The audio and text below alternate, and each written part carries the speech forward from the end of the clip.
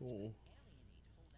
What was the when I told you I hadn't been to government taco yet, you recommended a taco. What was it called again? The bovine bureaucracy. I had it. That was my favorite. It's good. It's very good. Wow. I think I tried three. That one was definitely the best. So with the white barbecue sauce, right? I don't know. Does it have white barbecue sauce? I think it does. Shit. Yeah, a little bit of Italian.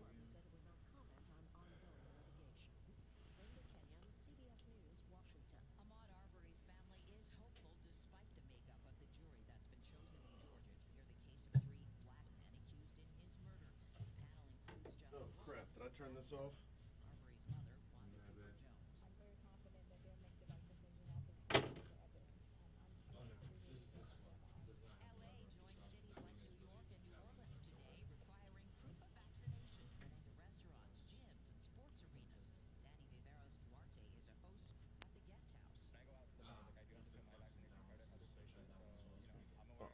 Chicken.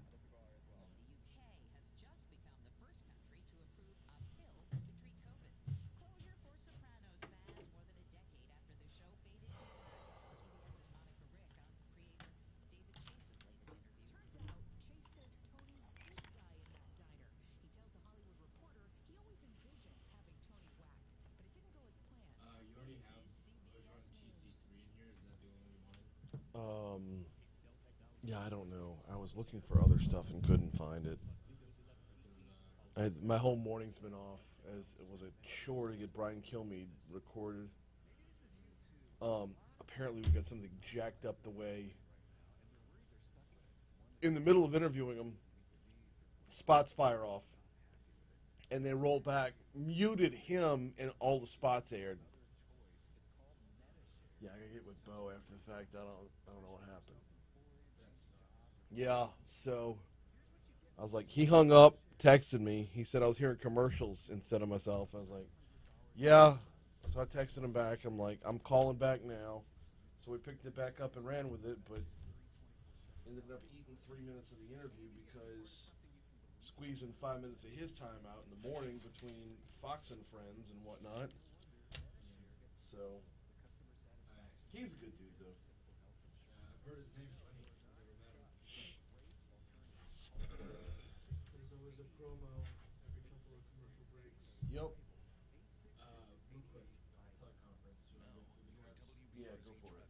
Alright. Hines and Goodwin full go. Can they use Goodwin and Bradford differently than other running backs? Flat doubtful question. That's the one I loaded in. Running the ball is a challenge they have to meet. On Alabama D-line, on Brian Robinson, different traits of LSU running backs. And finally, will scheme change due to injuries in secondary? Yes, a little scheme change. Those two put together between Flott and that one, we should be good to go. Gotcha. Yeah, BT is the first thing you got.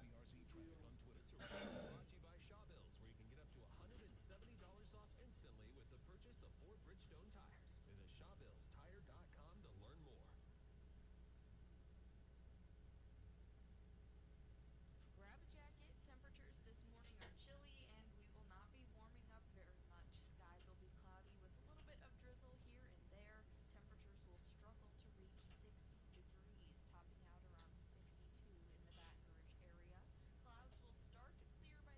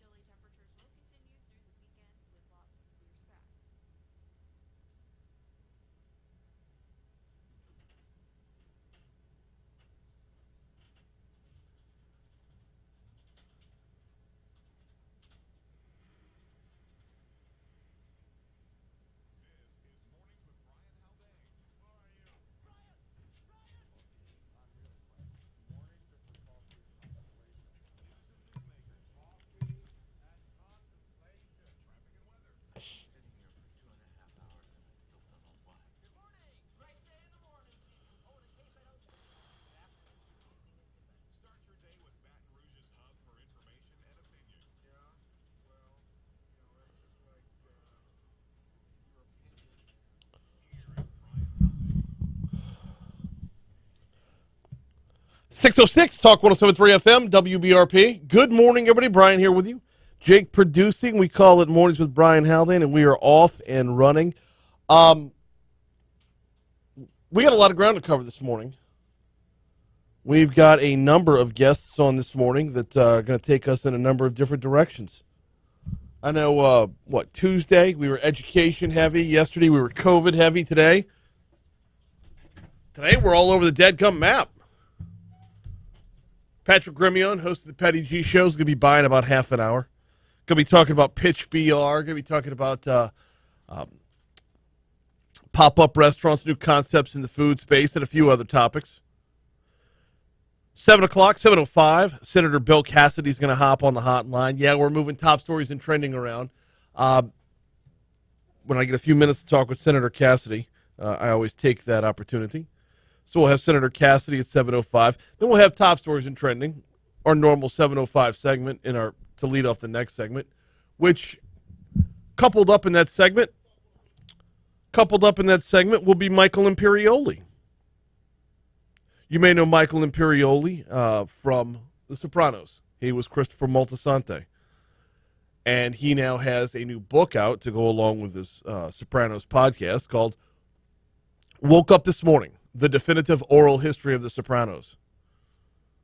Cannot wait to talk about that. Cannot wait to talk about, get his take on if you like the Many Saints of Newark, and talk a little bit about the future of the show, as it looks like there's a whole world of content about to be opened up through HBO Max and David Chase.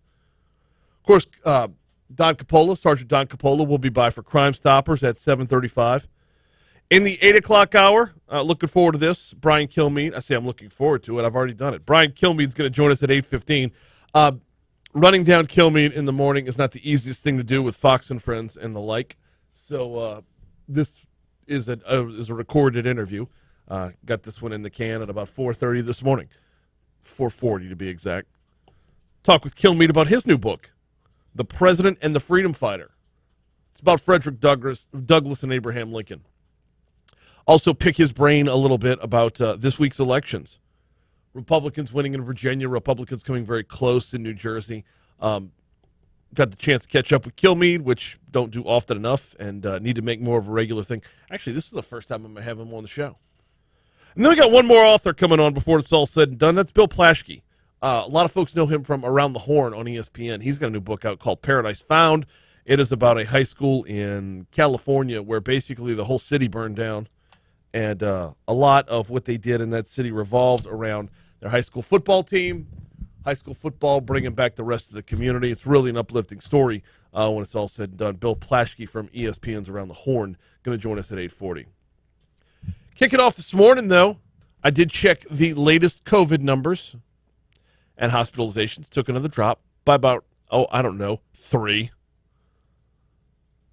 Nonetheless, though, we're down to 244 COVID-19 patients in the hospital. Yesterday, there were another 500 and change when it came to new cases overall.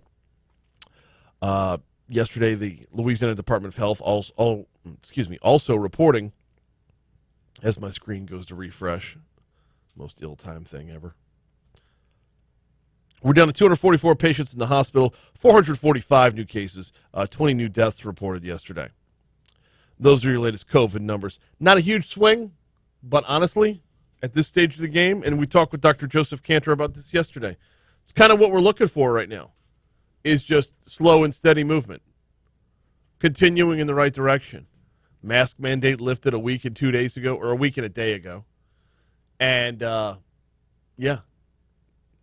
we're not seeing anything dramatic. No fifth surge in sight anytime soon. In fact, Dr. Cantor was saying something to the effect of not expecting it at all within the next few months, as we haven't seen a new variant rear its ugly head just yet.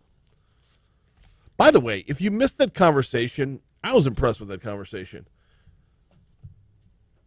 Dr. Cantor in an interview versus Dr. Cantor at the press conferences, two completely different vibes. Being able to have a conversation changes things a great deal, rather than, and we do a lot of, we watch a lot of press conferences, we pull sound bites where we can, But it's always a different vibe when whether there's a back and forth. We talked mostly about vaccinating kids yesterday.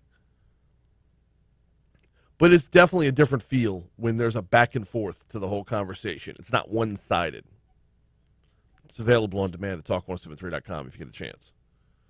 Outside of that, we're just waking up to a cooler and crisper morning. My weather app is showing me 53 degrees right now. Going to top out at about 64 today. Overnight low tonight, and this is the fun part, gets down to 45. Taking us into a much, much cooler weekend.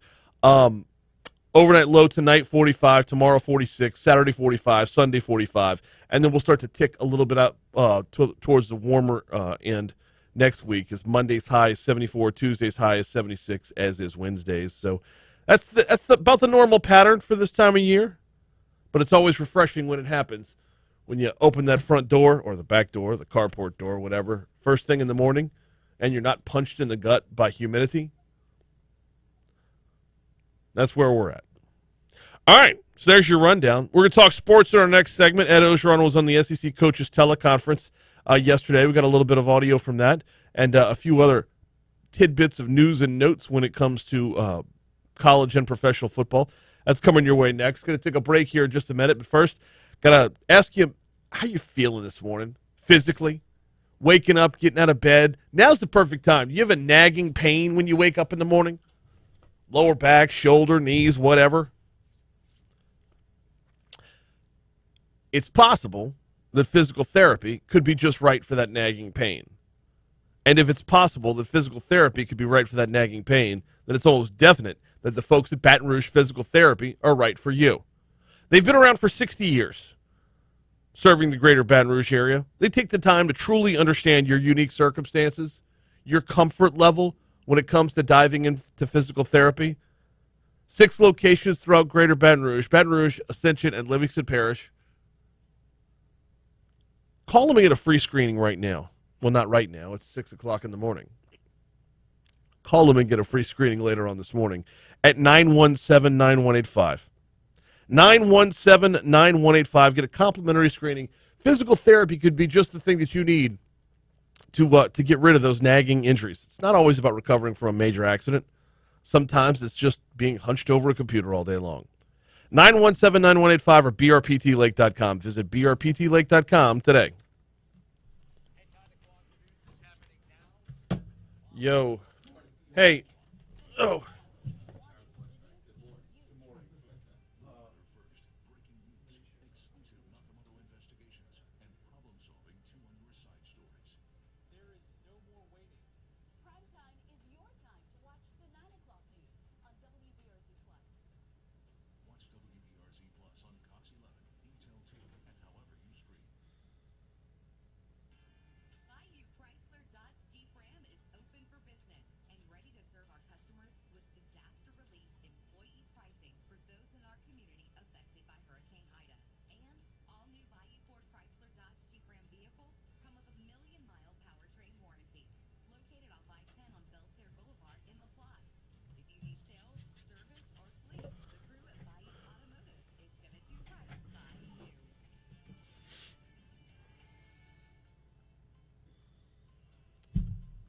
That's out early. One of the daily emails I get, I don't usually get till about 7:30.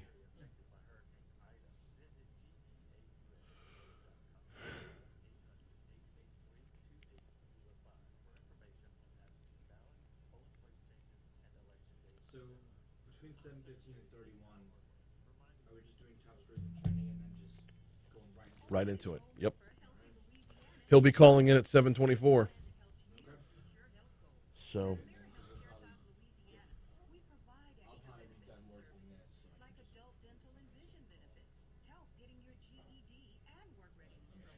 Oh yeah, if we're running long, I'm going to bail on top stories and trending for sure.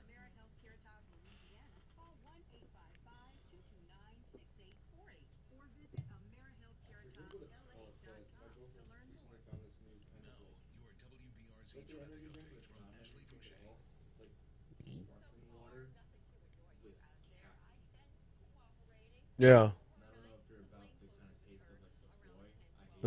Love LaCroix. Drink LaCroix. Oh, I've got an entire shelf in my fridge. It's full of LaCroix. My parents do that too. I don't really care for LaCroix. My girlfriend loves LaCroix. That drink is actually pretty solid. It's filled with caffeine. You feel like you're getting supercharged. I forget what it's called.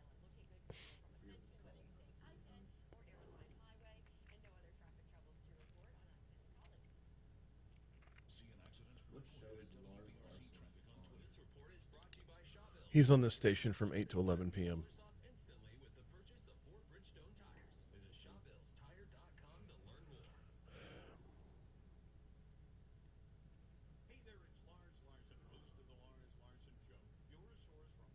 provocative talk radio, weeknights 8 to 11 on Talk 107.3, the new flavor of talk.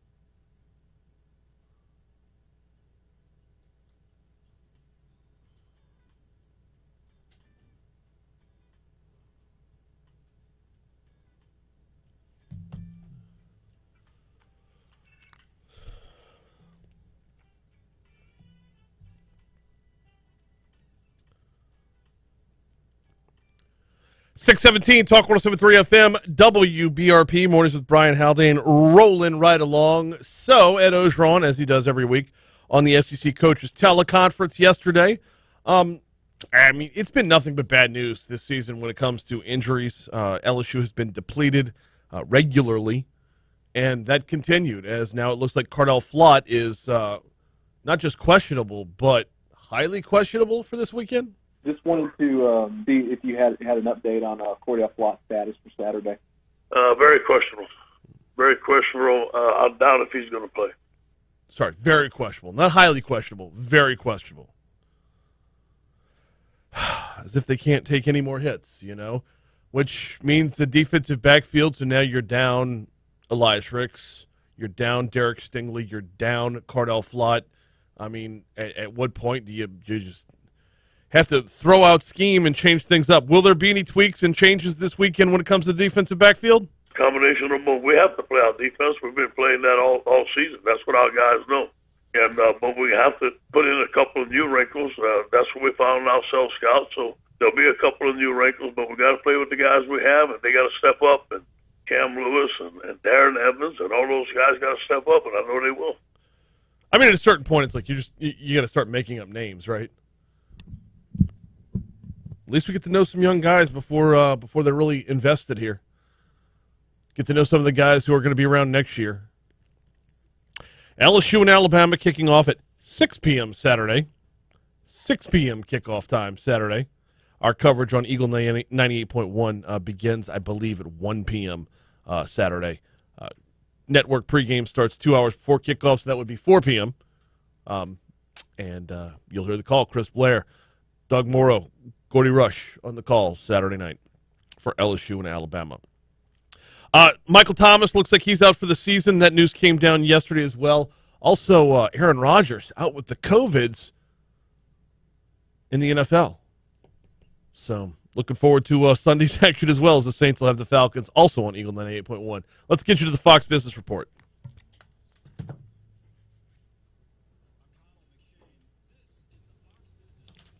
What are the odds Michael Thomas gets traded in the offseason? 100%. Agreed.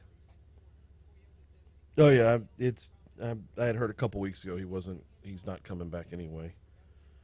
Injury or no, I believe that. nobody wants him in the locker room. I mean, the last time I heard about him was last season when he fought Garner Johnson. Yeah. Granted, I don't know Garner Johnson personally, but he does seem to get a lot of people to want to fight him. That's not questioning his character. That's just, I think he just knows the right buttons to push. Yeah, well, the When it mental comes to- game is part of it, but he's not the only one. It's Michael Thomas has not wanted to be in that locker room for some time now.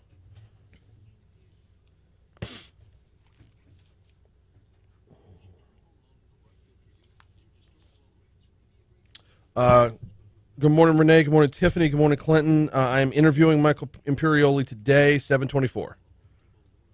So, yeah, I know. I'm a little bit pumped about it. to be sure.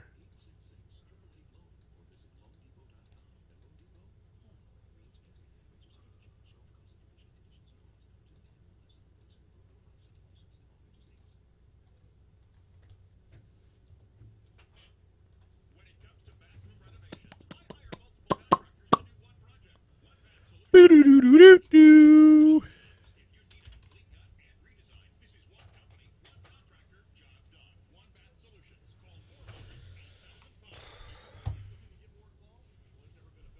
What a shame. I remember at the beginning of last season for LSU, I knew we weren't going to be any that good, but I had a real faith in this season because that would be the time for the right hires to be made, the players to develop, and Yeah, well, a lot of that hasn't been allowed to happen, so. yeah. But is anybody even interested in this weekend? No. None of our stars are playing for the rest of the season. We're going up against an Alabama team that, well, I'm expecting 2017 results. Which I gotta say, that was my What? Alabama. Yeah. You Saying gotta say what? we have no chance. Okay. I expect that we're gonna get the results we did against them in 2017, which was my first Bama game as a student. The whole crowd was hype. The whole week building up to that was hype. You could feel it in the atmosphere. And then the game starts and we get shut out by 28, 30-something points. I think it's going to be all that except without the hype.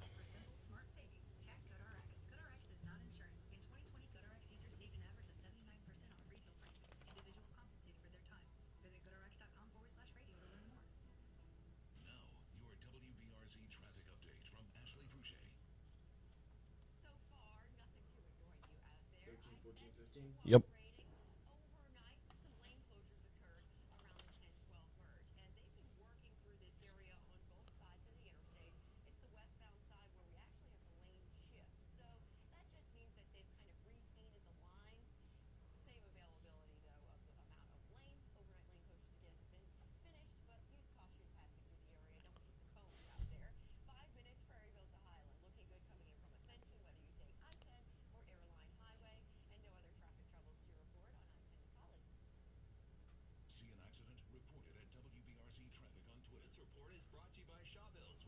Morning, Christy.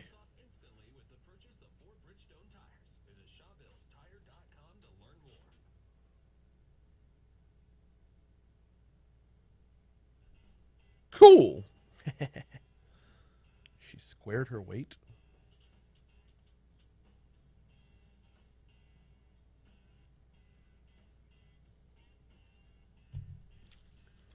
.624 Talk 107.3 FM, WBRP. Mornings with Brian Haldane rolling right along. Patty G coming up about 10 minutes from right now. He sits bored and lonely in the parking lot. Before we get to Patty G, though, we talked with Dr. Joseph Cantor on the show yesterday about the pediatric doses of Pfizer's COVID vaccine, as they will be arriving shortly in Louisiana for children aged 5 to 11. Dr. Cantor says by the end of next week, the state should have close to 148,000 doses on hand. The message to families is call ahead to your vaccine provider, whether it's a pharmacy or a clinic, make sure they have it in stock. They all should have them in stock by the end of next week, but some are literally still in the mail right now. Now, as to where they're going to be distributed, eventually schools might be in the mix, but Dr. Cantor was very clear about it on the show yesterday. Number one, parental consent is the law. They can't do anything. They can't distribute the vaccine without parental consent. If they do, they're already breaking the law. We heard a news story, was it yesterday or the day before? I'm trying to remember which, where there's reports of a school in Jefferson Parish is being sued because their kid already got the vaccine. Well, that's got to be an outlier. That's got to be their school distribution of this is not the norm. So, anyway, Vaccine dose for this age group is a third of the adult dose and consists of 2 doses given 21 days apart. The pediatric dose is packaged differently, so doses won't be confused with those for 12 and older, or, adult doses. The pediatric doses are also being shipped with smaller needles to make it a little more kid-friendly as well. Dr. Rachel Chatters, president of the Louisiana chapter of the American Academy of Pediatrics, and you'll hear more about this in our news at the bottom of the hour, urged parents to have their children vaccinated to protect them from illness and keep them in school as much as humanly possible. Being able to just be quote unquote normal. And one of the processes for that is to get them the best protection possible. And for us at this time, that is immunization. This was a problem, well, not a problem, but it's an issue that a lot of people can't get past because it's not the kids that are generally getting sick from COVID. It's the quarantining that's causing a problem with COVID within kids, which is what we talked with Dr. Cade Brumley about earlier this week. But the bigger problem with kids isn't them getting sick, it's them carrying it, getting adults sick, which brings right back about the question of why are we putting the onus of this on the kids? If all the adults get vaccinated, aren't we good to go? Dr. Cantor's answer to that was similar to, yeah, it'd be nice if we get everybody on board, but let's get as many on board as possible. They're going to need it eventually anyway. Chatters also pointed out, this is the beginning of flu season. Children can safely be immunized for both at the same time. The chief of pediatrics at LSU Health Shreveport, Dr. John, I apologize if I mispronounced this, Van Sheer, who is also an investigator for the Pfizer vaccine clinical trial, says 5 to 11-year-olds account for 28 million of the nation's population. And represent a real important school age group to vaccinate so that we can prevent the next surge from coming. Now, in Louisiana, we've had more than 120,000, I believe that's right, 120,000, I don't have a computer, so I got to do it off memory. 120,000 children under the age of 18 have been diagnosed with COVID-19. Percentage-wise, that drops through the floor when it comes to hospitalizations and the 18 deaths that we've seen since the beginning of this. Van Sheer says no shortcuts were taken in the safety protocols or in the production of the vaccine. The only thing that Operation Warp Speed from its start has done is reduce the bureaucratic burden on the whole process. It's also paired things side by side so things could happen simultaneously instead of sequentially. As far as the vaccine itself, reported side effects are comparable to adults. For example, pain in the injection site, sore arm, like you get when you get the flu shot. I mean, no different there. Fatigue, fever, muscle ache, headache. 211 is the phone number to call for a list of providers, 211 for providers, or the state's vaccine hotline at 855-453-0774. Taking the Haldane house, the 14-year-old was a little hesitant. The 9-year-old just can't wait. She wants in. It's going to be weird to see how it plays out. Like of the kids that need of the kids that are going to be in line to get it, how many are actually going to get it? And how quickly will we see this start to dissipate a little more, as a larger pool of people are vaccinated? Hey, we got Patrick Grimmy on coming up after the break. Right now, though, let me remind you about the folks over at Complete Collision Center. They've got 2 locations, one in Baton Rouge on Perkins Road, just east of Bluebonnet, another on Plank Road up in Zachary. That's kind of their bigger footprint. The folks at Complete Collision Center, they've got a bit of a different approach. A lot of collision centers, a lot of body shops look to just get you in, get your car fixed, get you back on the road quickly. With Complete Collision Center, yeah, they want to do things in a timely manner, but they make sure they get you back on the road safely. And they pride themselves on having the knowledge and expertise to get it done. They're certified by more than a dozen major manufacturers. They also have the iCar Gold Class certification, which right at the blocks puts them in the top 15% of body shops nationwide. The folks who make the cars say the folks at Complete Collision Center know how to fix your car, fix it right. Find the hidden damage, correct that. Get your family on the road safely. Check them out online at CompleteCollision.com, CompleteCollision.com, or call 768-9898. Don't let who you choose to repair your vehicle be your second accident. Check out CompleteCollision.com.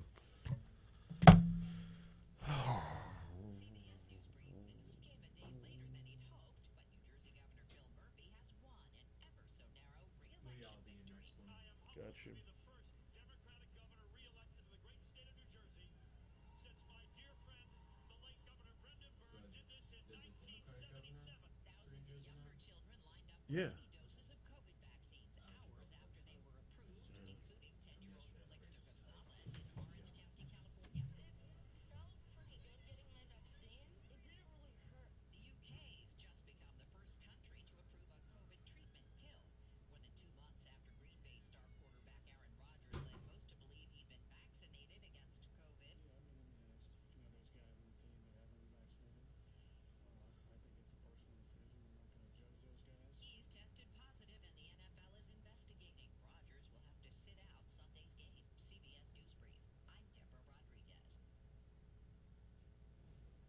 I'm Jeff Palermo, the Talk 107.3 Baton Rouge Newsroom.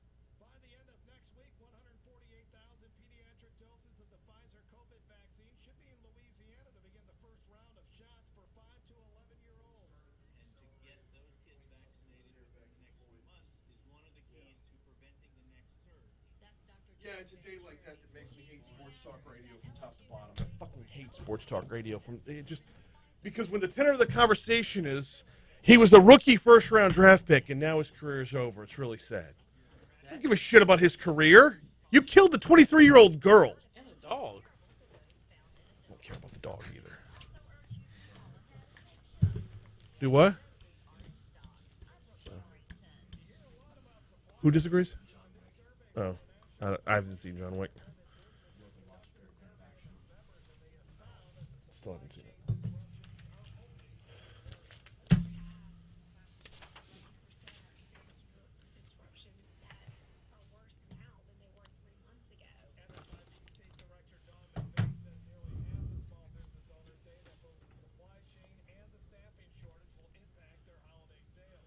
Senator Bill Cassidy is among 14 Senate Republicans looking to block the payment of nearly $500,000 each to illegal immigrants who were separated from their families at the border when detained. The Biden administration is considering payments of $450,000.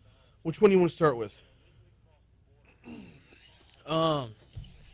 Music venues, awesome. Works for me. It's been a morning. Morning. What's happening, T-Bob? It's been a morning. Yeah. Yeah. I got in early so I could record Brian Kilmeade. He's got a new book out, asking affiliates to help push it a little bit, and I'm like, yeah, absolutely.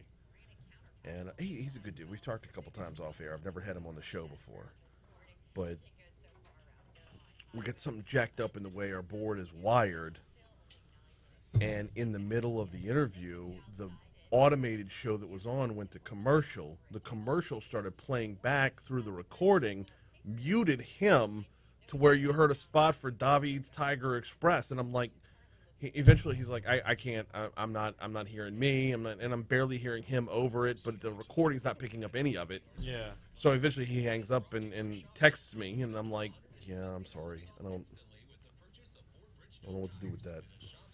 You don't have like a separate room that doesn't air a station that you can do your recorded calls? Not with a phone.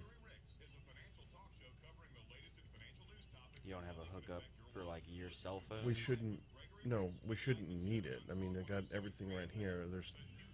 I don't know why and or how that would happen the way it happened. Those two streams should never cross. Don't cross the streams? Exactly.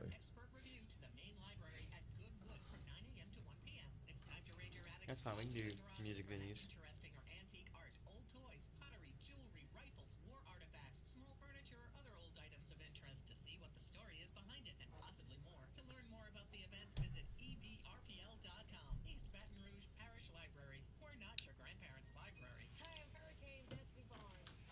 Well, you are. You just did renovations. East Baton Rouge Parish Library. Yeah. Saying we're not your grandparents' library. Well, my kind of are. That Goodwood Library is not for sure.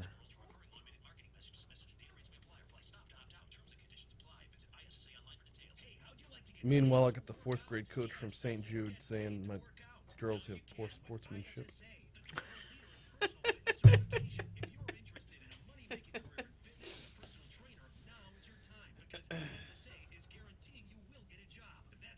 What does his girls not know how to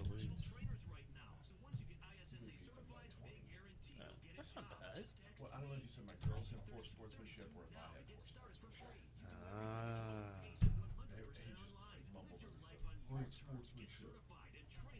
Oh, I guess to keep your girls scoring. I was jumping through the roof because a girl who hasn't scored all season, a girl who never played basketball before this year, scored. We were already at 27-13.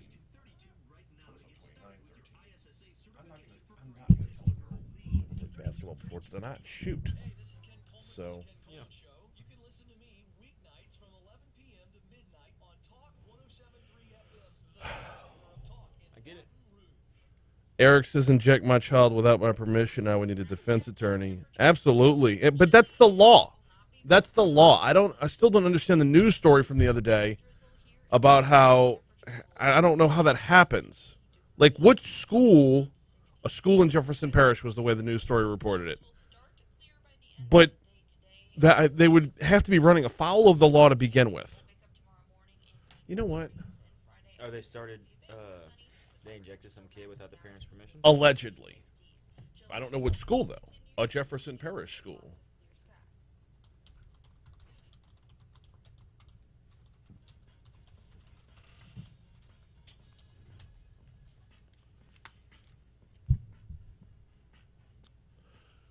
.637 Talk 107.3 FM WBRP. Mornings with Brian Haldane, rolling right along every week at about this time. We welcome in Patrick Grimmie on. He's the host of the Patty G Show, and he joins us now. What's happening, man? Good morning, Brian. Good morning. How's the countdown coming? The countdown is we're 2 weeks, man. 2 weeks away?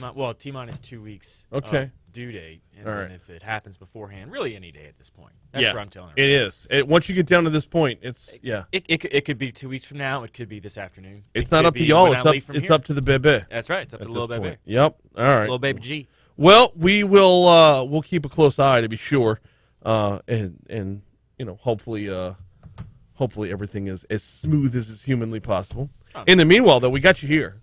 Tell you know what you're not doing right now? You're not going out to music venues.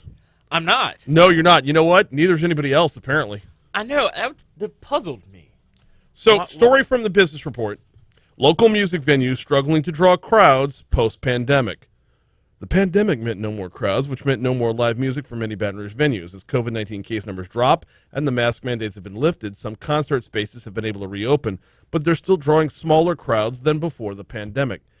So, I'm 44 and a father of 3. I'm not going out very often to begin with. This isn't my vibe. This isn't my scene. Yeah, it's for the younger crowd, maybe those without kids, or if there's a kid-friendly venue, then they're going to go to that. But my question boils down to a little bit different scenario. Humans are creatures of habit, right? Mm-hmm. Have we gotten into a habit over the last 18 months of not going out? Yeah. And now do we have to break that habit? Right. Is telling me how to dress up. Is that the problem here? Yeah, it's going to take a minute. I think it is. It's going to take a minute, but there's also the side part of this is the number of people who were chomping at the bit to go out. And I think that's where they get their 60%. Okay. I think it's more of a matter of we've been wanting to go out, we've been cooped up. They're the ones who were enjoying the virtual concerts. They're the ones who were going to all the virtual events and doing everything they could, and now they're the ones saying, let's go back to in-person. Well, but are you also entertaining the idea that possibly there was too long before the turning point? There was, like, eventually we're broken. Like, I want to go out, I want to go out, I want to go out, I want to go out. I think so. I give up. I think there was a turning point. I think it's each time that the mandate gets extended to wear masks and people were hesitant to go out, I think they just reached a breaking point. Said, you know what, I've lived a year and a half without live music in my life, and my life has progressed. My bank account appreciates it. My bank account appreciates it. Here's the thing, though, man. I was at Live After 5. Was it week before last? I was doing the stage announcing and whatnot. Fat Hat was out there. Yeah, bro. There were at least 3,000 people on those grounds. At least 3,000 people out at Live After 5. Like, there's no way this is prolonged. There's no way this lasts a long time. But your Live After 5 is a different venue, right? Because it's outside? It's outside. Yeah. Now, does that come into play for people? Or are people still unsure if they want to go back to live music? And then what is it going to take? Is it going to take people posting on social media? Then they get that missing out factor, and that's how you bring people back out? Does FOMO solve it? I think FOMO would be a way to solve for these music venues. If you have a big act come in and you create a killer video on your stories or whatever on your social media, and now you've got all these people who are already on their phones because they're at home. Now they see that, oh, Susie was there. Hold up. I could have been there. I had nothing to do. I was sitting at home playing on my phone or watching TV. Right. I could have been there. And then you build that FOMO. So we all become mini influencers. I think micro-influencers. Whatever the term is. I don't even know.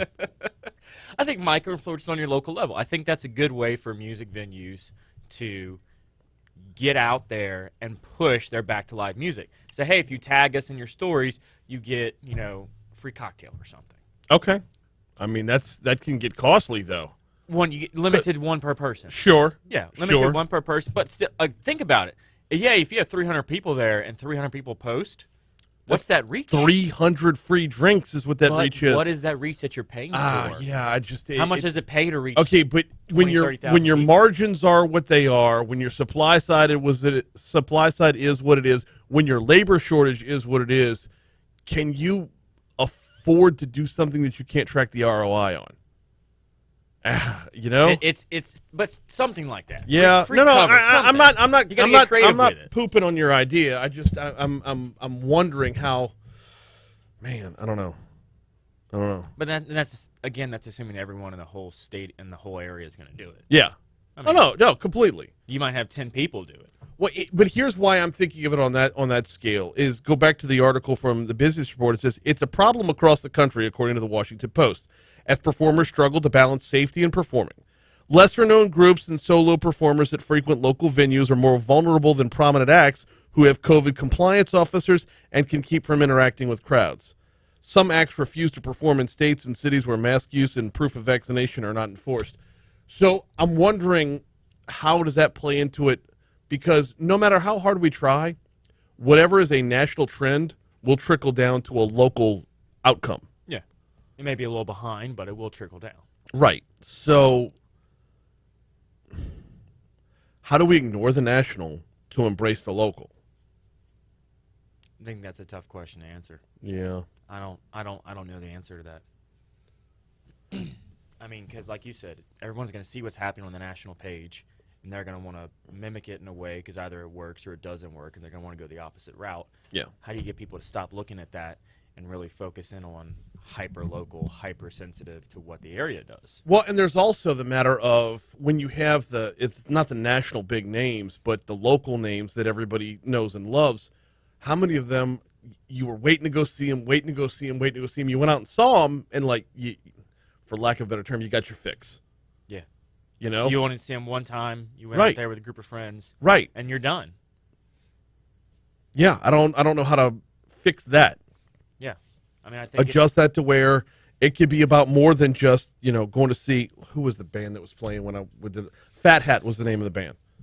About more than just going to see Fat Hat or Parish County Line or David St. Remain. To go repeatedly. And that's what they're missing out on right now is that repeat business. Yeah, but I mean, are you going to travel around the state, go and watch Fat Hat at every venue they go play? No. Or are you going to go to the venue because they're going to bring in good acts? Right. And that's the retraining that has to happen. Yeah, you have to sell them on the place. Yeah. Not just on, we got this big headliner coming in, because like you said, they're going to get their fix and be done. They're not going to want to watch Fat Hat or, Parish County Line 4 times. Fat Hat, not Fat Head. I said Fat Hat. I thought you said Fat Head. Those are those big, big the pictures of the athletes. Yeah. Fat Head. Is that still a thing? Did that go away yet? I think you still go to Walmart and get them. The Fat Heads? Yeah. All right. It's still a thing. All right, we got other things to talk about as well. Food trucks, food halls, pop-ups, concepts within concepts. Grabbing this one from 225, by the way. Some of the most interesting new food and drink businesses are sidestepping independent brick-and-mortar locations and opening mobile or co-located spots. Do we have enough time to open this one up here?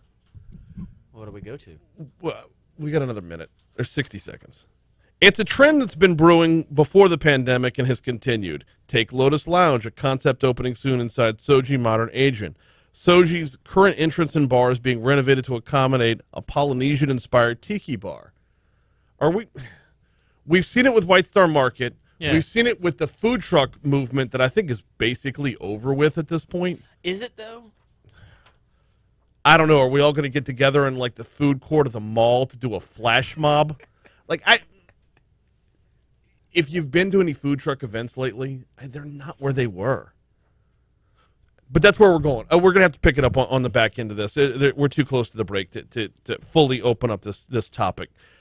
As we continue to see new trends in how the food service space is opened up to us, are we closing other trends to open new ones?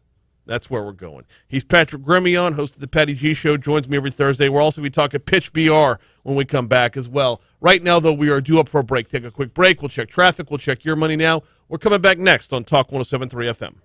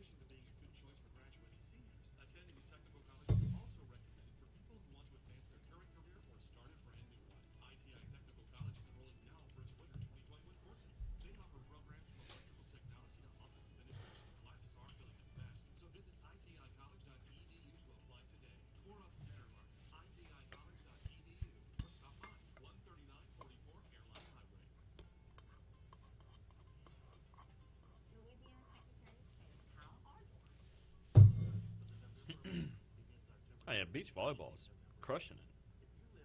Yeah? My gosh, yes. Both Mangoes and that place on Burbank. Oasis. Talking about the Oasis on Burbank. Yeah. I've never been yet to to make it Oasis. out there for no, but I've had the food. We've had them in for Foodie Friday before. Oh, their menu's killer. I think that's one thing that venues have got to also do. You've got to have a dual purpose. Mm-hmm. You can't just have people come play music and drinks. Throw in a food element, see what happens. It's actually a good tie-in. Sure is. Have a ghost kitchen or something like that. Yeah. More reasons than just listening to music. Well, the idea. See, I'm over the food truck thing. I'm off it. It was great. Yeah. Taco de Paco was great. I think it got hyped up, and then the bubble burst. Right. What's the next bubble? Okay.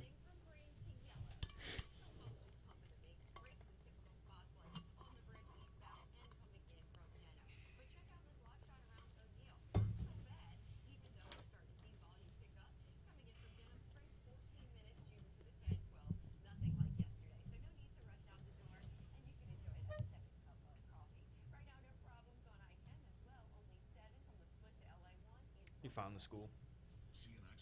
No, I stopped. Oh, well, I clicked on a news story about it. I still don't know the name of the school, though. Yeah, I got it. East Jefferson, EJ High School. We got Senator Bill Cassidy coming your way right after we check CBS News at the top of the hour. Also next hour, Michael Imperioli is going to join us. Right now, though, let's get you to your money now on Talk 107.3 FM.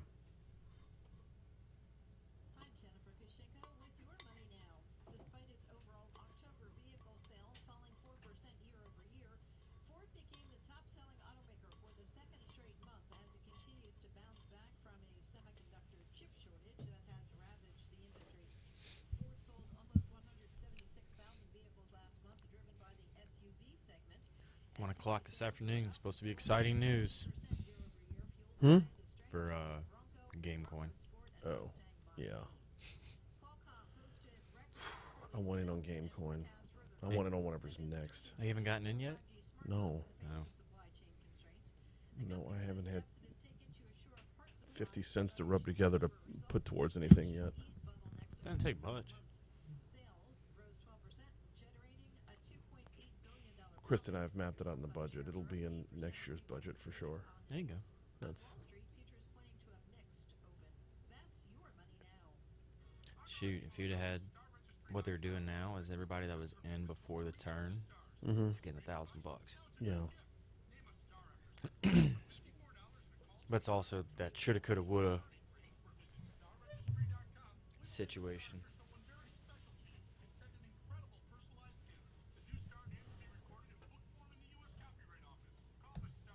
Okay. Oshner pulled in a mobile vaccination clinic. So it was Oshner. Her son forged her signature. They're not. She's not going to win this lawsuit. Where the kid forged his mom's signature? Yeah. How old's the kid? High school age. Mm. I mean, it was at a high school, so I assume high school I'm age. just trying to, determine, did he think through it? Probably not. Was this an act of rebellion? Hey guys, watch, I'm going to get my vaccination. Forged my mom's signature. Yeah.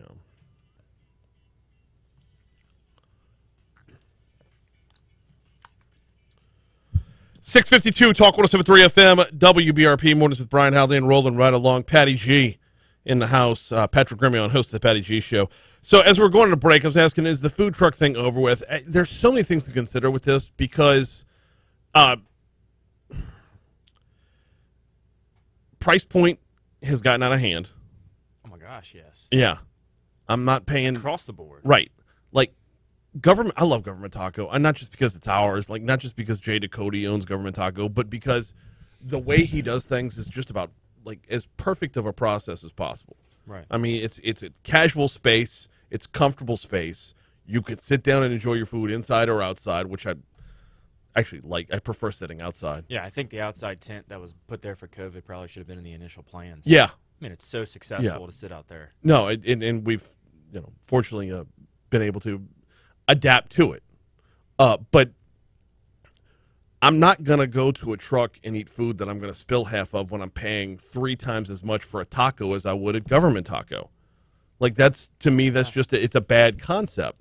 Not to mention the fact that we went through a whole wave where, and we did, we meaning Baton Rouge, where you had a place like White Star Market, where you had Government Taco, you had Chow Yum Fat, you had, what was the pizza place?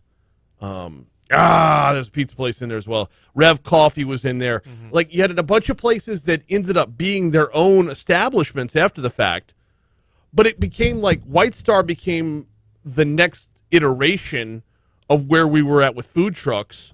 Like, you go here, you get your pick of like half a dozen different places, just like you would if you were at one of the governmental buildings on North Street. They still have all the food trucks line up North Street, and you can stand in line, take your pick, and go here.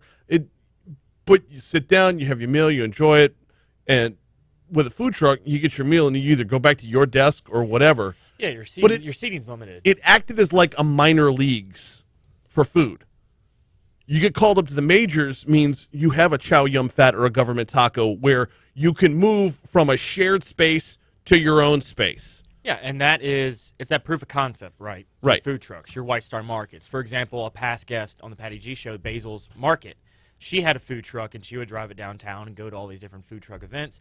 Now she has a brick-and-mortar store on Highland Road. Right. She proved her concept with the food truck and now has gone out and has her own brick-and-mortar store.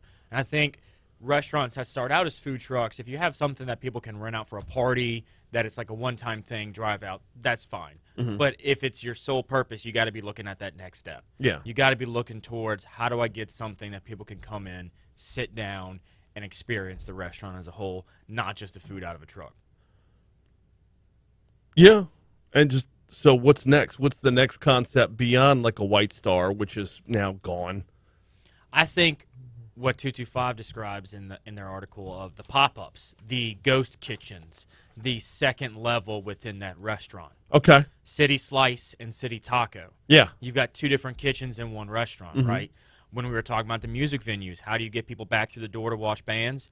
Add a food element if you don't have it. Absolutely. Put a ghost kitchen in there, something that brings people more than just the music and drinks. Right. Because now you've got, your crowd, at least for my generation, we're at the stage we're starting to have kids. Right. We don't want to go into a bar and just sit there with alcohol and bam. We want to have some food. We want to have a whole event out of it, not just sit there and listen to music and drink. It adds to the overall experience for sure. Absolutely. And Plus, you're going to get more people in that way. It's your startup if you're working the kitchen end of it. It's your startup as opposed to being in a truck. Yeah. Or a White Star or whatever. And now you've got that additional source of revenue coming in. Now you can keep going. All right. Pitch BR is coming up. I'm excited. Next Wednesday. I hope I can go. 3 finalists. Is it pronounced Lena, L-L-E-N-A? Health Solutions? I don't know. Lena Health Solutions, Speedy Fresh, and Safe Push are our 3 finalists. Now, the last time we saw Pitch BR, I missed by a mile. I thought it was going to be Relief Telemed was going to be the walkaway winner. They did not even win. I thought it wasn't going to be close. I thought they were going to boat race everybody else. What do we know about these 3, and who's your early favorite? So I have a biased opinion because Speedy Fresh is a past guest. Okay. What do they do? They have an automated pizza kitchen that's going to be like a vending machine for pizzas and wings.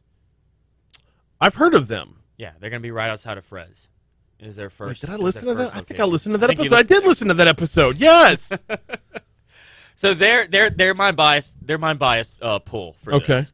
Just because I know Speed, he has. I mean, what he's been doing, the engineering and the technology behind it is incredible. Mm-hmm. It's not just about serving pizzas. It's not just about serving wings. It's the technological aspect behind his business that I think is what's going to push him through.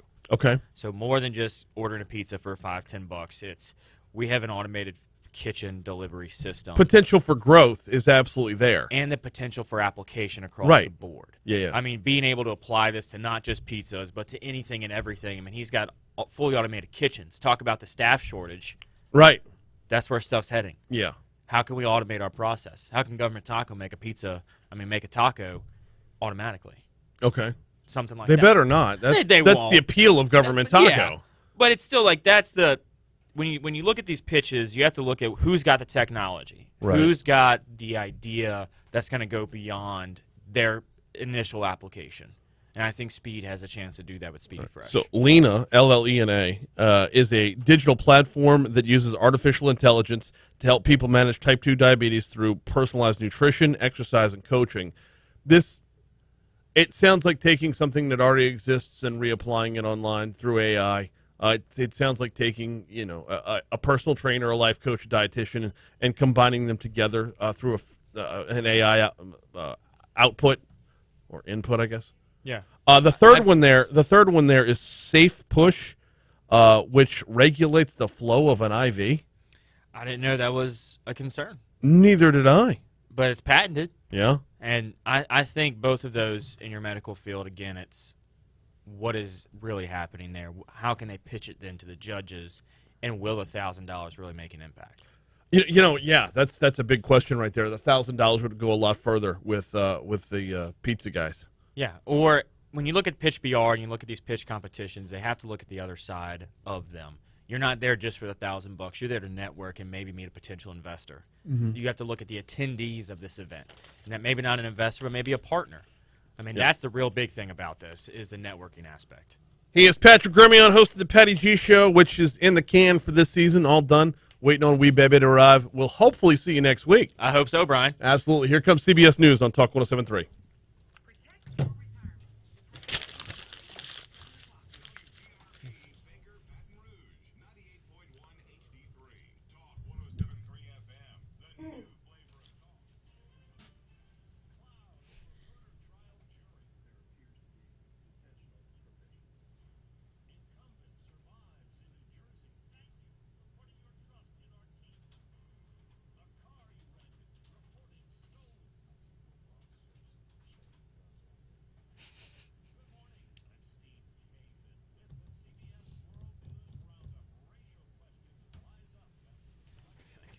Touch of food poisoning from food trucks. It helps build up the immune system. That's right. All right, dude. All right, man. If I don't see you next week, good luck to you. Just thank you. Shoot me a text and let me know. Yeah.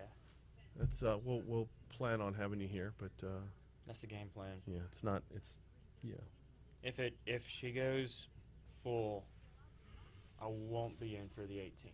Okay. Yeah, I would. Well, no, I would count you out for a while. Well, that's our day for planning. That's our planned day. Okay. Like if she makes it all the way, we're going in on the 18th. Okay. So, I guess that's the game plan. Yeah. But who knows? No, you There's don't. 2 weeks time between then and there. That's the fun of it, man. That is the fun. She's got her active walks around the block happening already. Oh? She's ready. She is so ready. Oh, I bet. It's, we did a thing at Women's Hospital, where I had to wear a pregnancy suit for 24 hours. I don't know how those women do that, man. You can't lay down without having to pee. Correct. Like, the weight wasn't a problem for me, but I mean, like, I'm, bigger. It's every time I would sit or lay down, I'm like, oh my God, I have to pee. I don't understand. Like, there's no middle ground there. And there's no sitting up. Right. It's rolling. Uh-huh. Yeah. That just, It's yeah. She every day she amazes me. Yeah. I'm like, I can never do it. Nope. Christy's done it 3 times. I'm like, you have at it, boo. Yeah. Not my field of play. No. I'll change diapers all day long. Oh yeah. I'll change diapers. I'll wake up in the middle of the night. I got that. Yeah. That I can do. Yeah, you go back to sleep because you weren't able to for months on end because you had to pee. Exactly. Either had to pee or just couldn't get comfortable. So, all right, boss. All right, man. I will hopefully see you next week. Yep. If not, till next time. Yes, sir. Good luck. See y'all.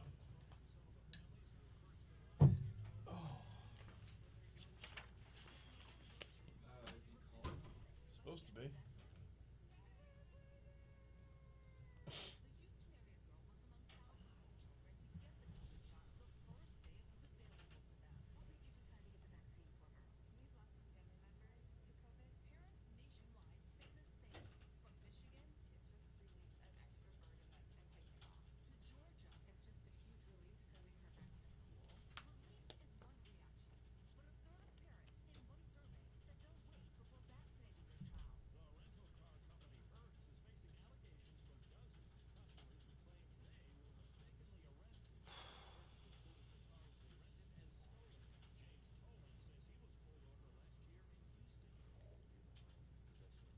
Yeah.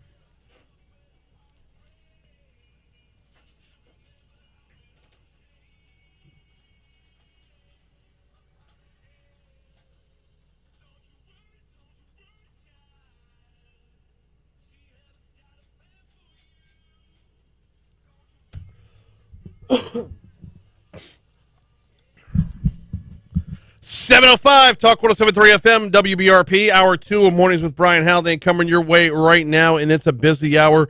We got Senator Bill Cassidy. We've got Michael Imperioli. We've got Crimestoppers. Let's just go ahead and dive right in. Joining us now on the hotline, Senator Bill Cassidy. Senator Cassidy, good morning. How are you, sir? Brian Haldane, how are you, man? I could not be better. Bouncing off the walls this morning. We got a busy show. We got a lot of ground to cover. We got you for like 10 whole minutes. Let's dive right in. How are you? I'm fantastic. Frankly, I'm a lot better. Still kind of pumped up after the Virginia-New Jersey race. I kind of like the fact that a truck driver who spent $153, like $153, beat the Democratic. Now, all the Democrats listening, I don't mean to offend you, but just think about that. The president of the state Senate got beaten by a truck driver who spent $153. Not a city council person, not a rich business person, not a you name it person. Just a guy who drives a truck, decided to run. There's something kind of I don't know, a strike one for the average guy sort of thing. No, absolutely. We've seen a push for first timers into politics, but they're first timers that have always had money. So this one is a little bit different. I worry that we're reading too much into it, but right now, though, it is the headline. It is what we're going to read about for sure. Well, I can tell you that when parents felt powerless, because even when teachers were vaccinated, as in Fairfax County, Virginia, they still did not have in-person school for an entire year. I mean, after the teachers were vaccinated. Right. And when they've got no control over what's being taught, indeed told that they should not have control, I mean, parents are going to revolt. I chalk this up as a win for the parents. Same. And I think if it comes down to that, that's what we will see elsewhere. The amount of talk of, this is setting the table for the midterms and whatnot, I don't know, because the course will be corrected. Nobody else is going to come out and tell parents, you know what, your kids don't belong to you. I think the lesson will be learned from that. We'll see something completely different for a narrative next year. But in the meanwhile, sure, revel in it, enjoy it. It may be. Yeah. I hate to say it, but President Biden is doing a terrible job, and is often unaware of facts that people know he should be aware of. And you can see the kind of inflation that's eating up people's paychecks, to a much greater level than has been here for quite some time. 30 years, I think. We're hitting record 30-year highs. Inflation brings down the president. If you can't control it, you're blamed for it. And I do think, unfortunately, and I say this unfortunately, because I don't want inflation to eat up people's paychecks. But it looks like it's going to happen, and what they're doing with their reconciliation bill, I think, is going to make it worse. So I actually, in a odd, sort of bittersweet way, feel optimistic as from my perspective as regard the midterms. Oh no, I feel relatively positive about midterms this far out as well. Let's talk about that reconciliation bill for just a minute, because you've been one that has been hard at work on the infrastructure bill, the actual infrastructure bill, the real meat and potatoes of what should be moving forward. Looking more and more at this reconciliation bill, and it continues to stay at the forefront. There's been some minor compromises within. It's been reduced down a little bit in scope, but is it inevitable at this point? Oh, absolutely not. Okay. Absolutely not. And indeed, when you look at what's being left in, now this is what always frustrates the heck out of me. There's a headline: more money for child care, more money for fill in the blank. And we can argue if that's the federal government's province or not. But, it certainly makes a good headline. But right now, it looks like there might be as much as $500 billion to repeal what Republicans put in our Tax Cut and Jobs Act, the SALT tax exclusion, meaning that you don't get to deduct on your federal income taxes your state and local taxes. Mm-hmm. Now that bites a little bit in Louisiana. It really bites in big blue states. And by the way, since everybody has a $10,000 individual exemption under our Republican plan, for most people it makes no difference whatsoever. They don't get the $10,000. It matters for people who are billionaires. And so 90% of the people who benefit from this provision make $50 million more a year or more. And there's going to be $500 billion, as much as $500 billion in this bill to benefit people who make $50 million and more. So the headline is more money for daycare. The reality is a third of the money is going to people who earn $50 million and more. in terms of tax benefits. So there's a lot of hypocrisy in this bill. There's also like provisions, $230 million going to Hawaii and such like that. That kind of reminds you of the old buy-offs they had in Obamacare for different people. So there's a lot that's ugly in this bill. It is not foregone that it passes. Now, if this one doesn't pass, does the work you did on infrastructure also fall to the wayside, or are they? Well, will we see a turning of the tide when it comes to separating these two? You know, I think it's, of course, I look at the infrastructure bill. I'm saying, like, who's going to vote against extra money for roads, universal access to high-speed internet, money for ports and waterways, coastal restoration? But obviously people are. My hope is that when you actually put it on the floor and folks put their politics aside, they'll actually vote for these benefits that are going to come to somebody who right now is stuck in traffic trying to get over the quote-unquote new Mississippi River Bridge, which is almost as old as me. And it's going to do something about that congestion. And they'll say, hey, I'm going to vote for something which is going to make my commute time from Livingston Parish to Dow Blackman that much faster. That's my hope. We'll see. Got to talk about NFIP. You and Senator Kennedy have both been active with the push here. What's the latest? Yeah, so we introduced our bill to do some reforms on the National Flood Insurance Program. That would, again, make it more affordable for the homeowner, more sustainable for society, more accessible, more accountable. So we've introduced that legislation. It's good legislation. Now, right now, though, every effort on the Democratic side is tied up into the reconciliation bill. So it's hard to get attention for anything which is not in the reconciliation bill. Your federal agencies that do the scoring, how much is it going to cost? They can't do the scoring because they're so tied into this reconciliation bill. So our kind of long-term goal is to get a reform bill passed. Our short-term goal is just to make sure we reauthorize the program, and when we reauthorize it, make sure that it's there for people who need it. In the meanwhile, though, for those of us that are in need of the flood insurance that comes along with it, are we able to stand where we stand, or are we looking at giant rate hikes? There's going to be some rate hikes, absolutely. And they'll be small at first, but then they're going to balloon in the next few years. So we're also working to delay those. Now, Biden could do it with the stroke of a pen. Mm-hmm. Congress never indicated that the NFIP should do these rate hikes in the way they're doing them, but they just decided to. It's an executive branch they can execute. Biden could stop it. He could say, don't execute in this fashion. So far, he's chosen not to. So we're continuing to put pressure on the NFIP program to moderate those rate increases and to, again, if we can get some reforms passed, either as a big bill or as a small bill. For example, the bipartisan infrastructure package has $3.5 billion for flood risk mitigation in areas that flooded in the last 10 years. That's us. So you take out high-risk properties, you elevate homes, you build flood protection structures. You're going to lower premiums for everybody because you address the risk for those most likely to issue a claim. Actuarially, you get better.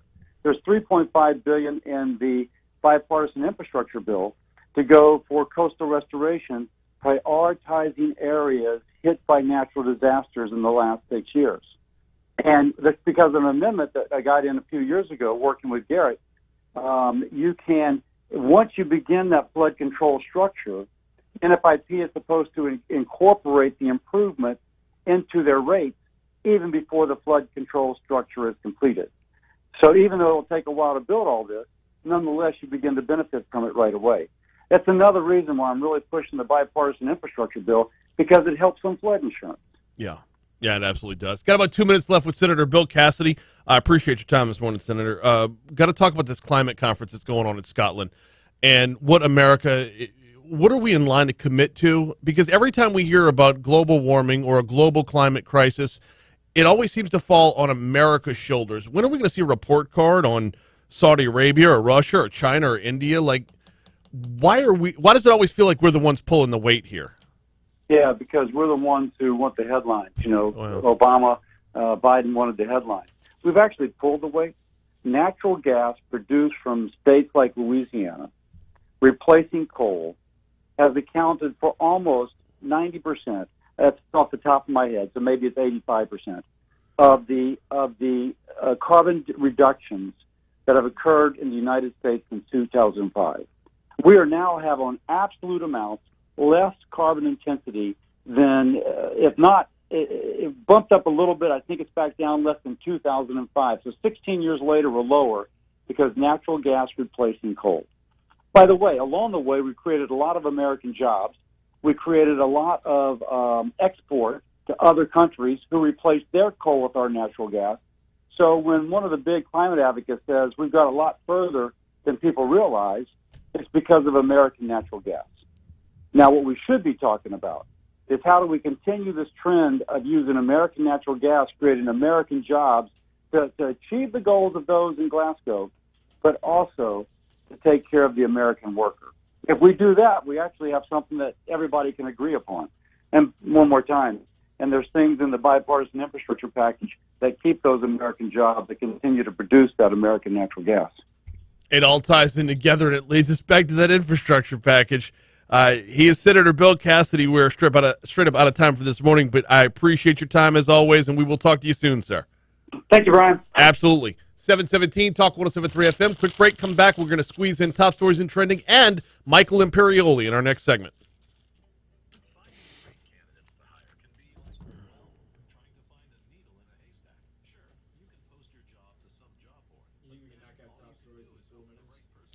I'm going to try to.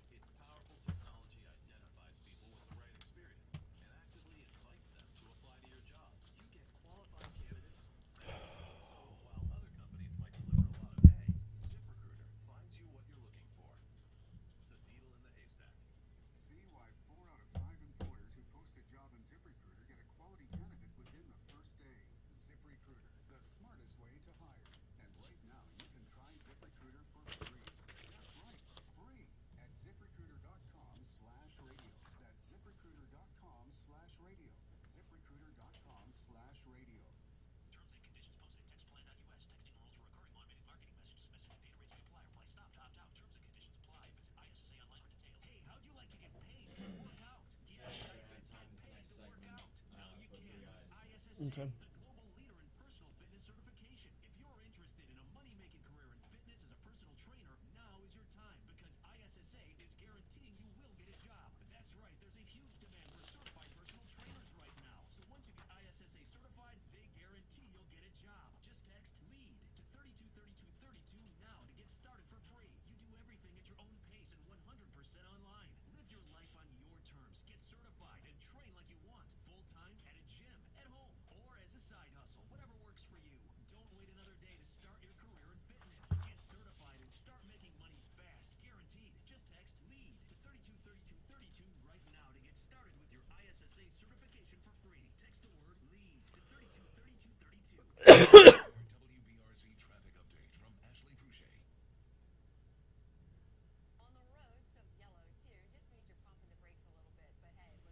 Oh, man, they're early. We're going to skip top stories. Go ahead and answer it.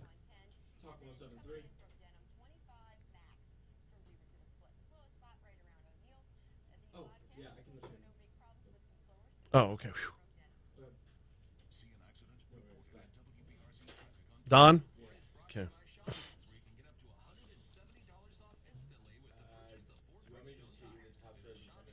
Right, yeah. Okay.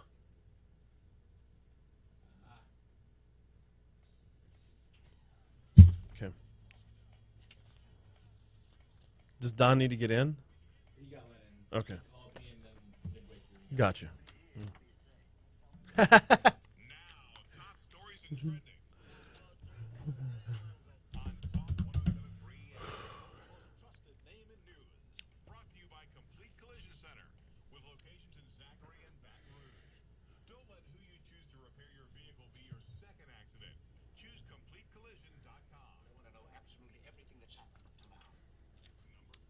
Going to have to do this quickly because we got 3 minutes until Michael Imperioli from The Sopranos joins us. Starting off with, a man was arrested after a months-long investigation by state police into his alleged distribution of heroin and fentanyl. Louisiana State Police obtained a search warrant for 60-year-old Benny Selvage's home, where deputies said they found $6,798 in U.S. currency, a .38 caliber revolver, 43 grams of fentanyl, and 18 grams of marijuana. Authorities said he was in his home on 75th Avenue when troopers were searching the residence. He was arrested, charged with possession with intent to distribute fentanyl, possession of a firearm with controlled dangerous substance, and possession of a firearm by a convicted felon. A lengthy police chase wound its way through residential and commercial areas of Baton Rouge, Mid-City, Ardenwood, Jefferson, and College Drive yesterday. Our news partners at WBRZ have some doorbell camera footage of the chase. It began after the driver of what appeared to be a stolen vehicle refused to stop for police earlier that afternoon. Well, during the chase, which went all over the place, Deshaun Lacey and 3 juveniles were all apprehended. Lacey appeared in the 19th JDC back in May for a prior charges as well. A group of rogue teens who staged a coup against 3 guards and escaped the juvenile facility last month apparently locked one of the guards in a jail cell, according to reports obtained by WBRZ's investigative unit. The report does not use names. They list them as C1 through C5. We've later found out that Malik Williams was C5 involved in that. Malik had fled with his girlfriend. They were caught in Houston, extradited back to Baton Rouge, and were booked in the East Baton Rouge Parish Prison yesterday. Looks like Louisiana is going to get upwards of 150,000 doses of the Pfizer vaccine for kids, 148,000 to be exact. We're going to have to push pause on top stories and trending because I'm not leaving Christopher Maltasanti waiting by any stretch of the imagination. Joining us right now from The Sopranos is our friendship and our connection. And once we started having... Check that real quick and see where we're at. It feels like we were interrupting another conversation. Yeah, pick it up and see what he's doing.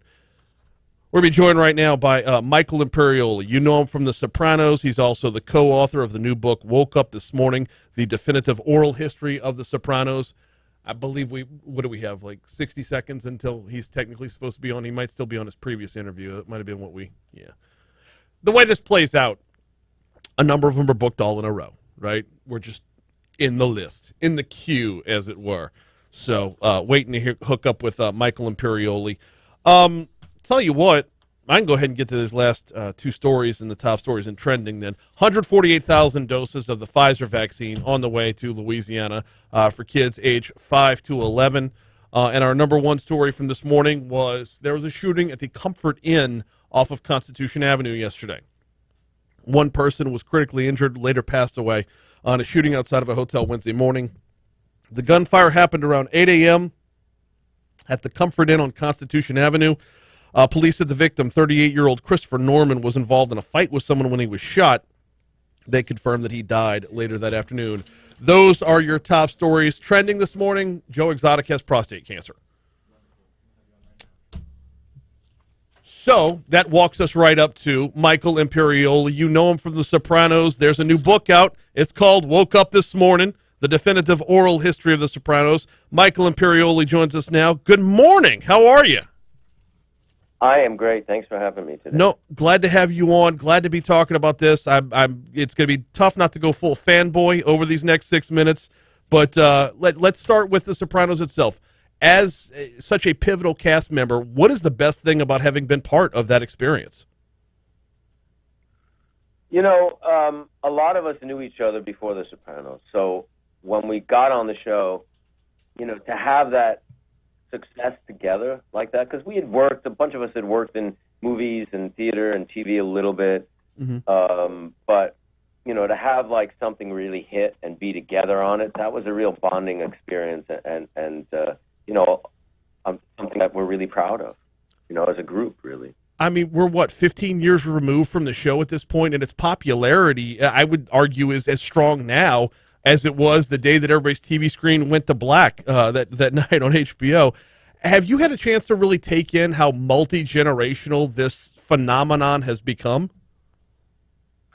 You know, that's one of the reasons why we Steve Sherpa and I started doing a podcast, which actually led into the book, because we became aware of a whole new generation of young people who were discovering his show for the first time about 2 years ago. Yeah. You know, I started meeting young people in their 20s and 30s, seeing stuff on social media, memes and Instagram pages and fan sites, and I was like, this is not usual. You know, this is very unusual for a TV show. You know, you have your fans that grew up with you and watched it in the day, and they look back with nostalgia, but to have people in there, you know, I got all these photos of fans in their 20s and even late teens who dressed as my character and Adriana for Halloween. I mean, it's pretty bizarre and very exciting. It absolutely is, and I can't help but look at this through the scope of what it's going to look like 15 years from now. I mean, will The Sopranos be viewed in the same light as The Godfather? Or to take it to another genre, Star Wars? Yeah, I mean, it seems to have that kind of fan loyalty and obsession. Star Trek, Star Wars, Godfather, you know, I mean, it's just like timeless, and people discover it generation by generation and get hooked on it. I mean, and it's hard to say why, besides the fact that it's, you know, really well done and really good. I can't put my finger on it per se, you know. Tell me about the book. So the book, you know, we started doing a podcast, you know, during the pandemic, and we started interviewing people who were, you know, a lot of the cast and our friends and the crew people. And there was so much interesting stuff, we decided to, like, even get deeper and make it into a book. So we even went back and re-interviewed the people and went further and deeper into their stories and their experiences, and started putting it, you know, together as a book, going season by season. The first chapter actually talks about the casting, how the cast came together. We go really deep into the music of the show, the writer's room, what that was like. We talk in depth with David Chase. There's a lot of photos from Steve Sherpa and my personal collection and archives that no one's ever seen before. So it's really, you know, it's a great document for the fans, you know, and a real behind-the-scenes look at the show. I mean, if you've been a fan of the podcast, I'm sure it's going to be a lot of the, I don't want to say repeated content, but we'll be familiar with it before we even open and turn a page, huh? Yeah, because we try to work in, Steve and I, you know, our rapport and our kind of dynamic together, because that seemed to work for the podcast. And we thought if we can somehow structure a book in a similar fashion with new material, that it would work. And I think we've done that, yeah. How'd you like the Many Saints of Newark? I liked it a lot. I was really proud to be a part of it. You know, David called and said, would you do, well, I'm thinking of having a voiceover of Christopher from Beyond the Grave opening the movie and closing the movie. And I thought, whoa, that's a pretty cool way to connect the series to the movie without really showing any of the characters from the series. Yeah. And it was really fun for me to revisit that character, you know, although he was in a very different physical and mental state, being, you know, dead and in hell. But it was a lot of fun. I mean, and I thought the movie worked out really well. Have you been in talks with David Chase or HBO about future Sopranos content? Because it looks like a whole new universe is about to open up. I have not, so I don't know what's going to happen. I mean, I hear a lot of rumblings and rumors, but, you know, I'll believe it when I see it. The book is called Woke Up This Morning, The Definitive Oral History of The Sopranos. Michael Imperioli is the co-author of the book. Before you get out of here, I got to ask, and I know you got another interview to get to. So this is completely off topic. You played the Attorney General. We saw Artie Bucco. We saw Puss. We saw Janice, Jackie Aprile, Bobby Bacala, Dr. Melfi. The list goes on and on. What is the connection between The Sopranos and Blue Bloods? Blue Bloods was created by Robin Green and Mitchell Burgess, who were two of our main writers on The Sopranos. I'm telling you, Friday nights on CBS, it's like a Sopranos reunion. Yes, it is. Love having you on. Thanks to them, yeah. They started it, and they brought us along for the ride. What's next for Michael Imperioli? I have a concert Saturday night in New York City, in Williamsburg, Brooklyn, with my band Zopa. That's the next thing I'm doing. All right. I had no idea you were in a band. He is Michael Imperioli, a.k.a. Christopher Moltisanti. We appreciate a couple minutes this morning, man. Thank you so much. Thank you very much. Absolutely. Well, that was fun. He's in a band? So that makes him and Silvio. All right. We got to get to CBS News. Crimestoppers is next.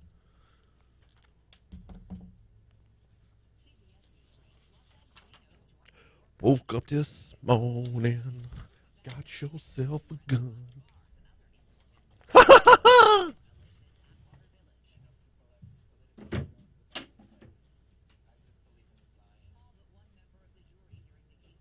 sir. Good morning.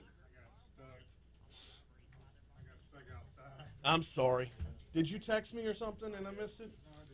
Huh? I'm sorry. I had the YouTubes open. That's okay. How you feel? Fine. Maybe? Little? What do you mean? Oh, the back? The back? I went to lift weights yesterday. That was a fail. Not the lifting part, but getting from the dumbbell rack over to the bench. Like, it was the in-between stuff that, like, still... Like, I sat down to do inclines. No problem. But bending over to put them down and bending up back to pick them back up again, it's that in-between stuff. I'm like, you know what? I did 2 sets, and it really was stinging, so I'm like, I'm calling it. Yeah. So, buddy, today we'll touch on we were invited to Ascension with the badge. Okay. Crimestoppers. Yeah. Talk about that event. All right. And we'll talk about some success stories. Kind of flip what we usually do. Talk about the success stories of what we had recently. Okay. I take it you got some success stories then.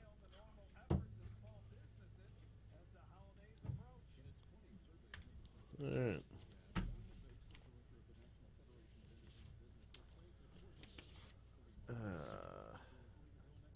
Apparently I missed all kinds of texts. I got to find a better way to monitor the YouTubes during the show, because doing it on my phone, I miss out on everything else on my phone. No. It's not expected. It's not expected to be. It's morning drive. It's Facebook was slightly bigger, but it no, can't monetize Facebook. The biggest thing with the when we were on Facebook, what we'd see is things would start and then dip and then pick back up again towards the end of the show. We're not seeing the pick up on the back end for YouTube. Also, it's a much smaller, trackable crowd.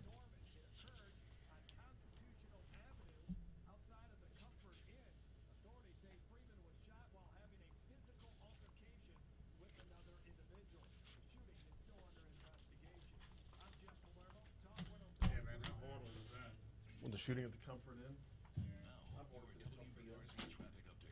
I've been at the front desk when a shooting happened before. This was eons ago, years and years, almost 2 decades ago, when the Comfort Inn was off Acadian Thruway. Remember that hotel? It looked like a pineapple for a number of years. Yeah. The shooting didn't happen at the hotel, but the victim made his way into the hotel. The shooting happened in the neighborhood behind the hotel. Is that Bayless Drive back there? At the time, Bayless was... Yeah. So one of those dead-end streets that comes up towards the interstate from Bayless? Yeah, well, he crawled through a spot in the fence after getting shot, made his way through our parking lot into our lobby. I'll never forget the general manager, who was from Destrehan, Louisiana. The general manager comes running out in the lobby. He's like, "What are you doing? You can bleed all over my marble floor!"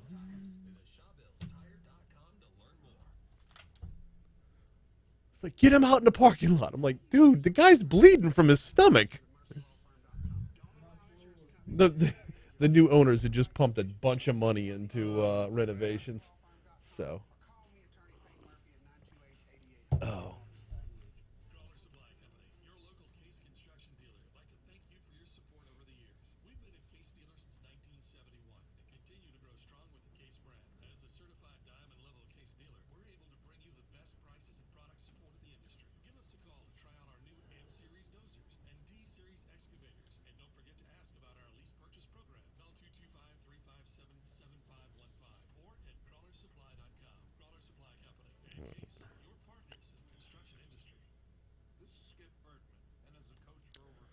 Hey, what's happening, Nyquilus? Welcome aboard this morning. Were you a Sopranos fan? Not really.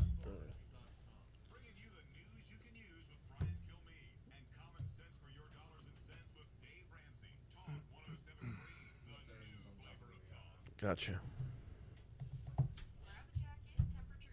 It's supposed to rain today, huh? You know, originally I thought it was supposed to rain last night, but it looks like it. Hang on, it's showing a 2% chance of rain throughout the day.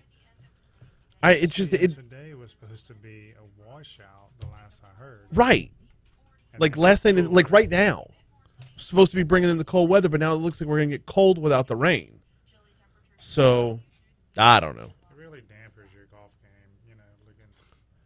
I love a cold golf game. Oh yeah, I don't know why. I'm alone on this one. You give me, maybe it's that Irish blood. I miss the motherland. Cold and wet on the golf course. Wow. Yeah, that's the first I heard of that. Yeah, no, I'm like, yeah, no. This is great. Only thing I don't like is that too much outerwear limits the swing. Right. Yeah.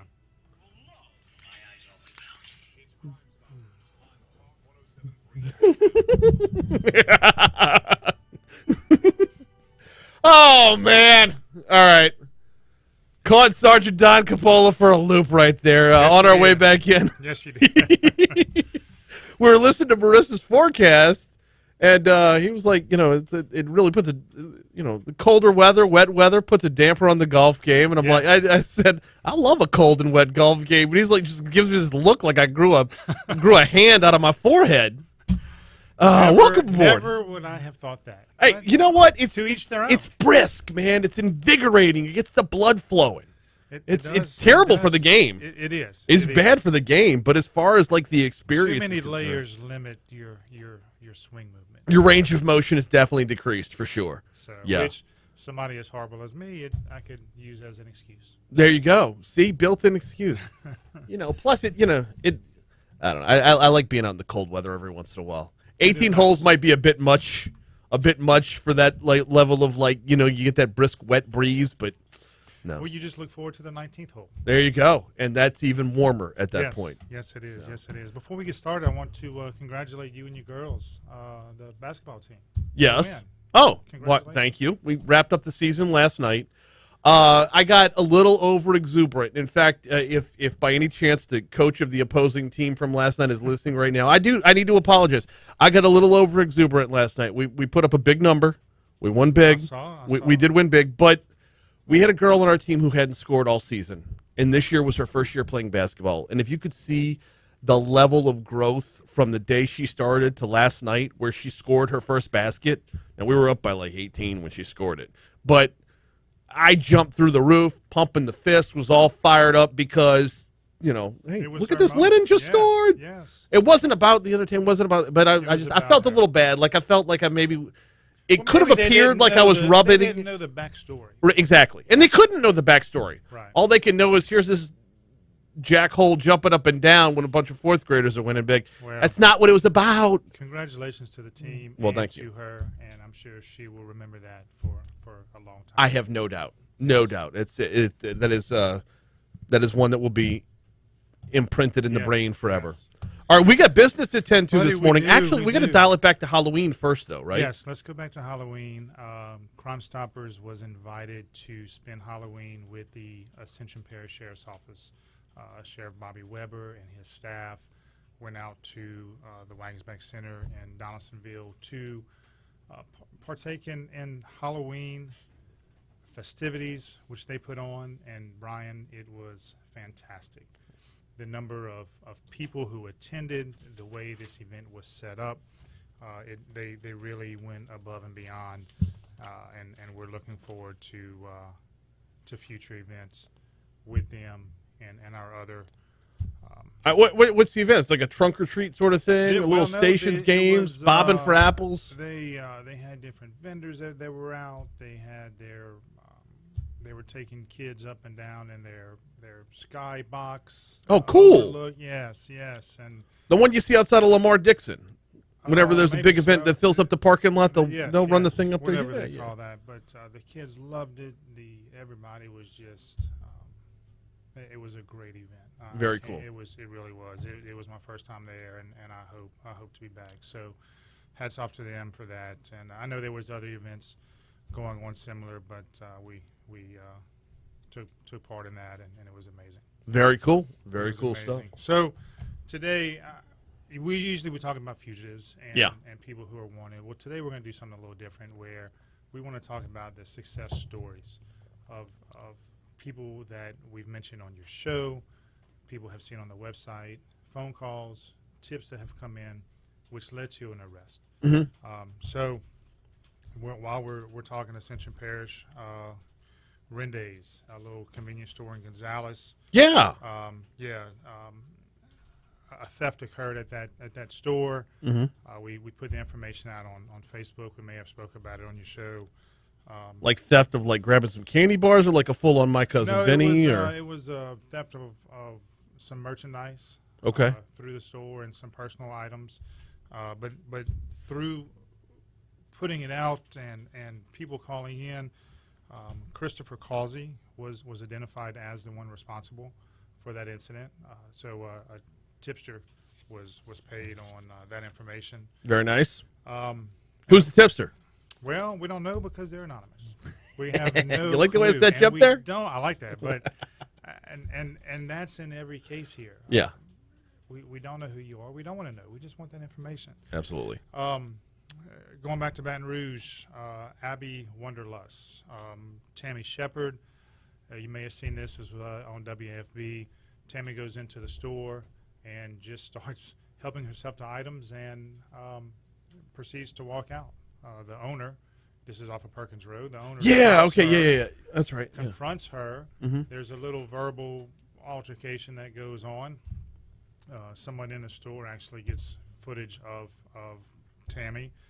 We put that out, and the amount of calls were countless. They came in on her. So I remember you had this one on this show when it happened. I remember this one. We did, and so of course, tipster has gotten paid on that. Who's the tipster? Again, unknown. Doesn't matter. I'm not gonna do it every time. I just had to get your second one. If y'all remember Memorial Day, the triple homicide. Yeah. View Apartments. Yeah. 2 individuals and the 1-year-old was killed poolside with that investigation. Through tips, homicide detectives were able to arrest 6 individuals in connection with that. And again, don't know who the tipster is. Exactly. See the theme developing yet? Yes. 100% anonymous. Yes. Yeah. Baton Rouge Fire Department Arson Division is a residential arson on Dalrymple Drive, a vacant house, set fire. Believe that I don't remember this one. Eric Harderbrook. Okay. Was arrested, off of a Crimestoppers tip again for simple arson. So, again, don't know who they are. Right. But just want to let the callers, the listeners know that this program works. 100% anonymous, and all it is a phone call or a keystroke on the website or your phone to get us that information. We are in our first week of November, which means we've still got a little ways before the year is over with. But I'm already looking forward to. We do one installment of this segment where it is nothing but the stats of what Crimestoppers, the criminals taken off the street, the amount paid out, and who's still out there as well. And we also do one, and this will be in the very near future, where we talk about the collection process, where we talk about y'all actually paying folks out. I'm looking forward to that one as well.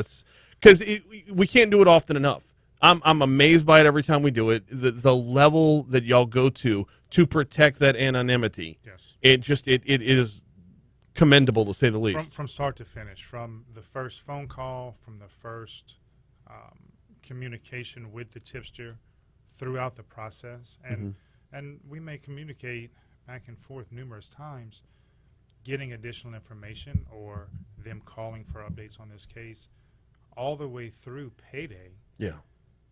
The preparation for payday and the payday itself, you're protected. Yeah. Everything is protected. Now, just to clarify one other point, though, is you're never called back, because you're anonymous still. You're never going to be called back. You're never going to be asked to testify, nothing like that. Like, you're never going to be put in harm's way No, not at beyond all. that. First of all, we don't know who you are. We don't have your number, it is up to that tipster to reach out to us with any updates they may have, or to check on the status of the information that they provided to investigators, or through us to investigators, on a specific case. So if they never call us back and an arrest is made, well, they may miss out on a reward. Right. But they call us back, your information led to this arrest, call us back on this day prior to payday, we'll get you the information that's needed for payday, and once you pick up your money, you could never call us again. Exactly. You handle it with the Just bank as simple afterwards. as that. I got one of the viewers on YouTube asking, is it paid in a bag of cash with a $sign on it? Close. You're given a code. You're sent to a bank. We'll have a full segment where we break down the entire process. But they just rest assured they go to great lengths to make sure that you remain anonymous. It's a very it's an intricate process, to say the least. It is, and the program has been around almost 40 years. Yeah. So if it wasn't right, it wouldn't have been around this long. Absolutely. And what we're looking to do is continue to build and continue to pay out as much as we can. Yeah. Because that means that people are listening and getting these bad actors off the streets. We got anybody we're chasing after today? Buddy, I didn't bring any today. Okay. But I wanted to share these success stories as far as thanking the community for picking up the phone to help lead to these individuals' arrest, and continue checking our Facebook page, our website for wanted individuals, and just to let people know, thank you for listening and believing in this program and helping us get these bad actors off the street. What is the website again? www.crimestoppersbr.com. Crimestoppersbr.com. You don't spell out Baton Rouge, it's just crimestoppersbr.com. Correct. Yeah, you got a couple minutes to kill, just sitting at your desk or whatever, scroll through some pictures. You never know who you're going to see. I mean, and it could be something as simple as, did I just see that guy in line at the bank? That sort of thing. And that could put them on the right path towards finding somebody. You don't know if your little nugget of information is the piece of the puzzle that sets the rest of the things in motion. That's it. It may be that small piece. We have some kiosks set around our viewing area. If you're sitting in the DMV or wherever, just check them out. Yeah. See if you recognize anybody. Absolutely. 344-STOP is the phone number, 344-STOP. And, yeah, as we make our way towards the end of the year, we're going to do a couple of these, I'd call them procedural segments, but walking through the collection process is always fascinating. And then when we get the recap on the numbers, I'm just floored, amazed all the time. In the meanwhile, don't take your foot off the gas out there. 344-STOP, crimestoppersbr.org, or check .com, or check out the Facebook page. He is Sergeant Don Coppola. Dude, it's nice to realize the results every once in a while. You know, it is, and every tipster we mention or who helps solve a crime have one thing in common: they've gotten paid. Yeah, and they will continue, and we want those calls to keep coming in. We will see you next week. I appreciate it, man. Thank you. Absolutely. We got Your Money Now coming your way out after that. We'll step outside of East Baton Rouge Parish, The Outside In, coming up next on Talk 107.3 FM. The same poster on YouTube says, do you get a 1099 for a reward? Nope. No. Yeah, you're not going to get a 1099 because that would involve your identity. Wouldn't it? Yep. Yeah. No 1099, it's cash money. Okay. Yeah, also it's not life-changing money. It's we pay up to $5,000.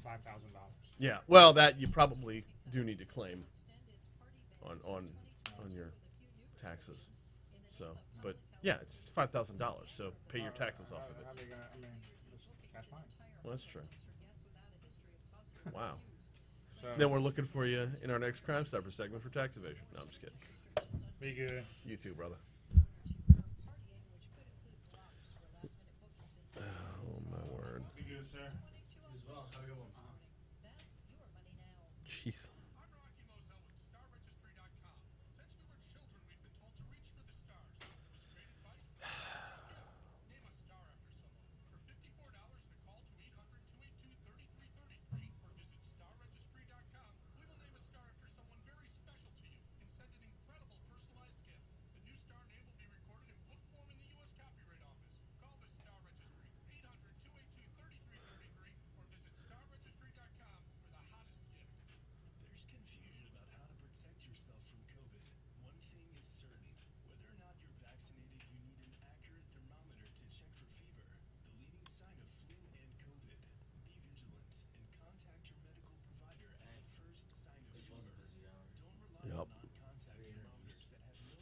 Yeah.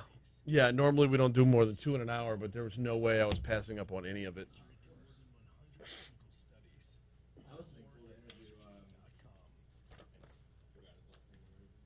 Michael Imperioli. Christopher. Chrissy. Have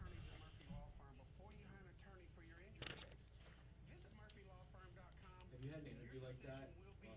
Maybe you didn't now because you're professional, but have you ever done an interview where you're just like, you're really trying not to get like the fanboy jitters? And I wasn't fanboying in that one either. I say that ahead of time because I am a big fan of the show. But no, I'm trying to think if there's ever been one where I've been like legit.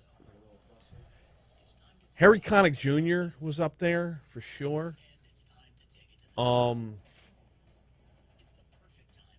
No, the only thing I don't like is like when it's moving that fast. I don't have a chance to enjoy it and really dive in and like that a 6.5 minute interview. Just I don't get anything out of it. Like Kilmeade is going to be 8 minutes, you know.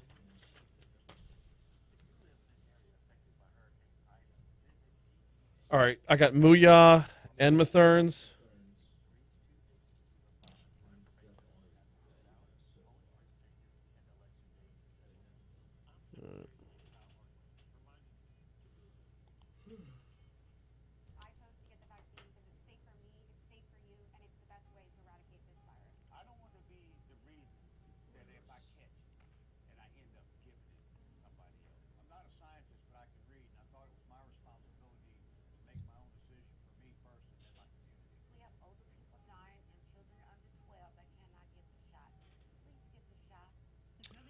Children under 12 can get the shot.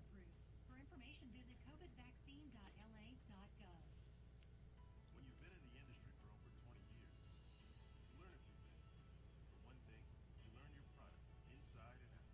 But you also learn how to ask the right questions and give satisfying answers. Jim's Firearms.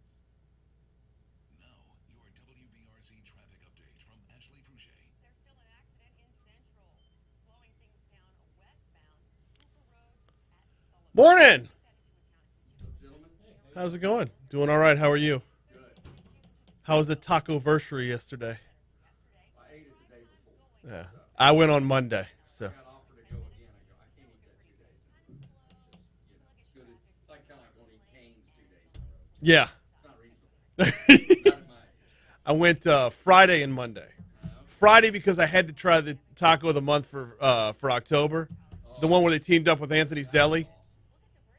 Yeah, it's not lost on me that the day after Jay pulls that taco off the menu, he gets stuck in an elevator. I mean, you don't piss off the Teamsters. So. RT, how are you? Doing well, sir. Good. Yeah, good to see you, bud. You'll have a good day. You too.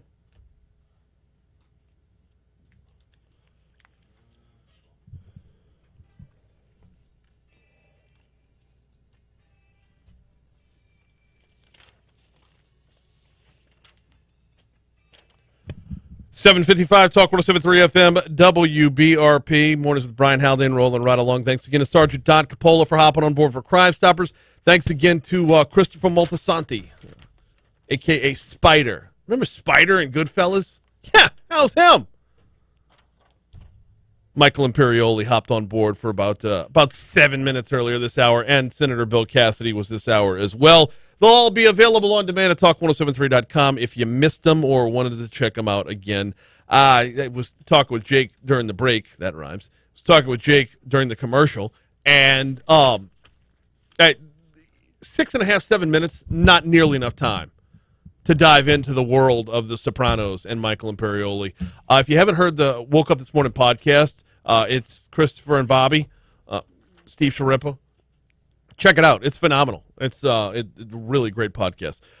We've got to get you to the outside in here in just a second. I do need to remind you about Muya Burgers, Fries, and Shakes. You can find them on Segan Lane, just north of Industrialplex. You can find them on Blue Bonnet at Highland Road. I'm supposed to be telling you about their catering menu, but it's Thursday, and I know after I weigh in tomorrow over at Ghost Limb, pretty sure I'm heading over to Muya. It's been about, almost 3 weeks now. I start to get that craving for the double Diablo. Yours might be for the A1 burger or the best quesonario. Yeah, queso on the burger. It's all available at Mooyah Burgers, Fries, and Shakes. And yes, they do have catering available with the full-on burger bar. Set your Christmas party apart. Set your holiday party apart. Go burger bar with it with Mooyah Burgers, Fries, and Shakes. Check them out at mooyah.com/catering or call 663-6632. We're late for the outside in. Let's get it.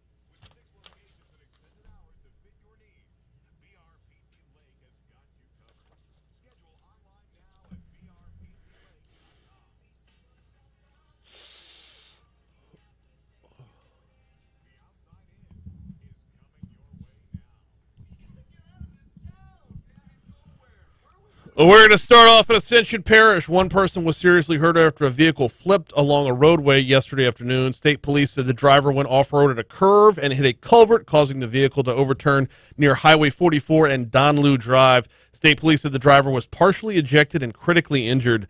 It appears that the driver was a teenager, not immediately clear whether or not there was a passenger in the vehicle.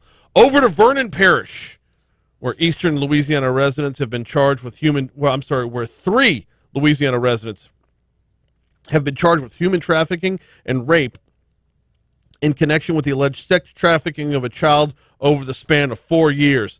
41-year-old Everett West, 56-year-old Dina Guidry, and 38-year-old Bobby Tisdale were arrested and charged Monday after Vernon Parish authorities conducted a month-long investigation into sexual abuse allegations.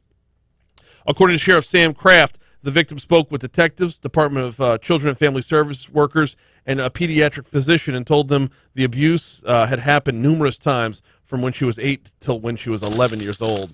Next stop, Lafayette, where Crowley Police Chief Alan James Jimmy Broussard is being sued by a pair of officers in federal court on claims that he retaliated against them for being whistleblowers into Broussard's possible misconduct.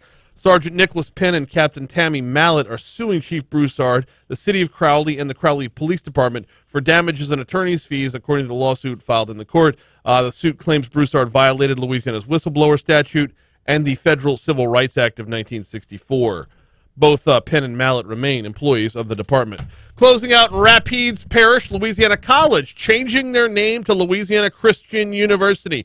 They said they're not looking to wipe out their past, but merely embrace their future and acknowledge themselves as a Christian university. That's the Outside In, presented by BRPT Lake. Let's hit CBS News.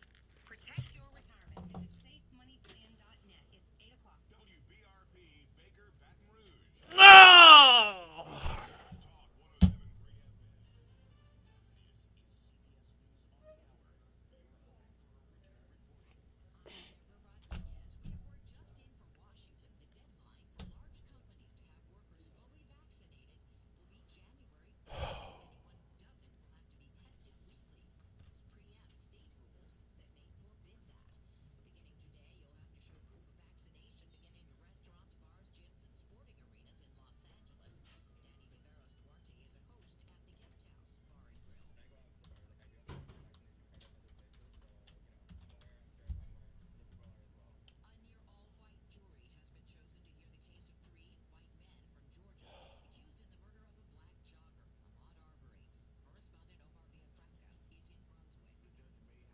Gotta love that.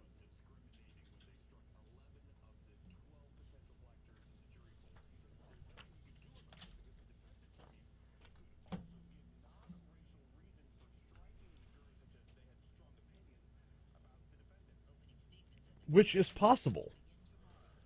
Damn, why'd that have to happen on a Thursday? Would love to talk with Franz about that. Let's see if he wants to come back in tomorrow. Yep.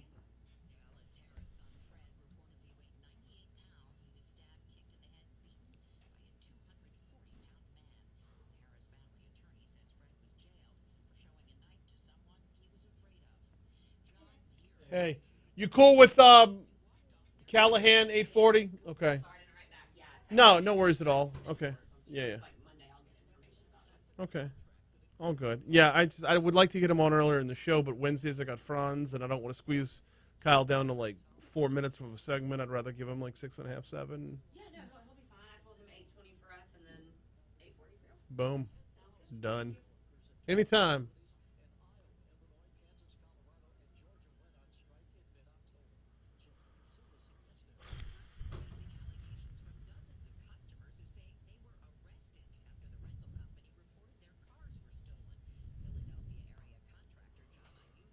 Yeah.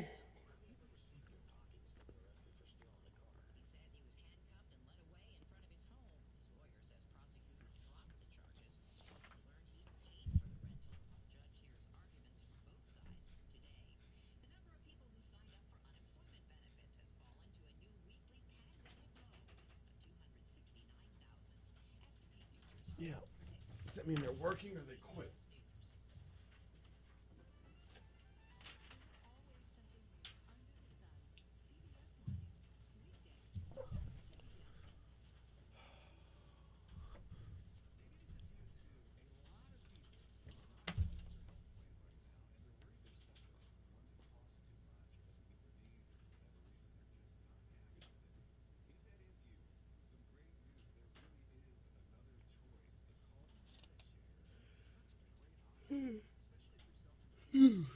Scusi.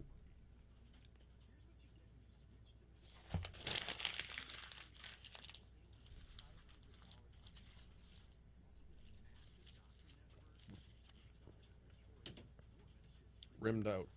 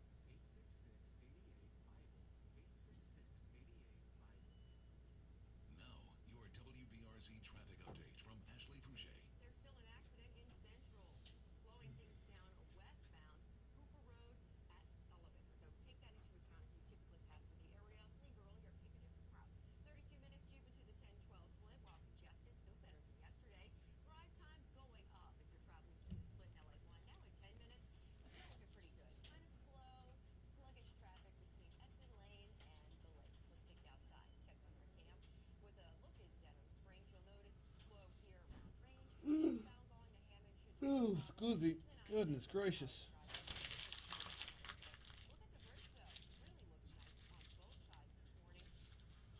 See an accident? Report it at WBRC Traffic on Twitter. This report is brought to you by Shaw Bills, where you can get up to $170 off instantly with the purchase of 4 Bridgestone tires. Visit ShawBillsTire.com to learn more.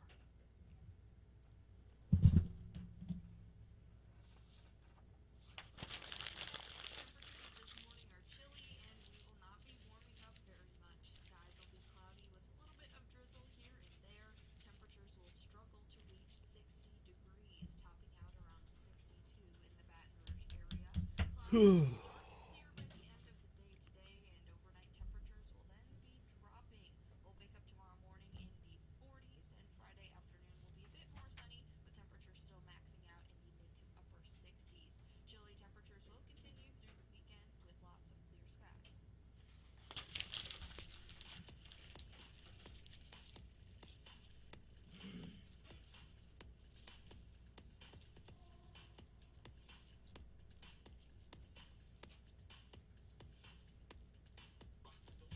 Oh.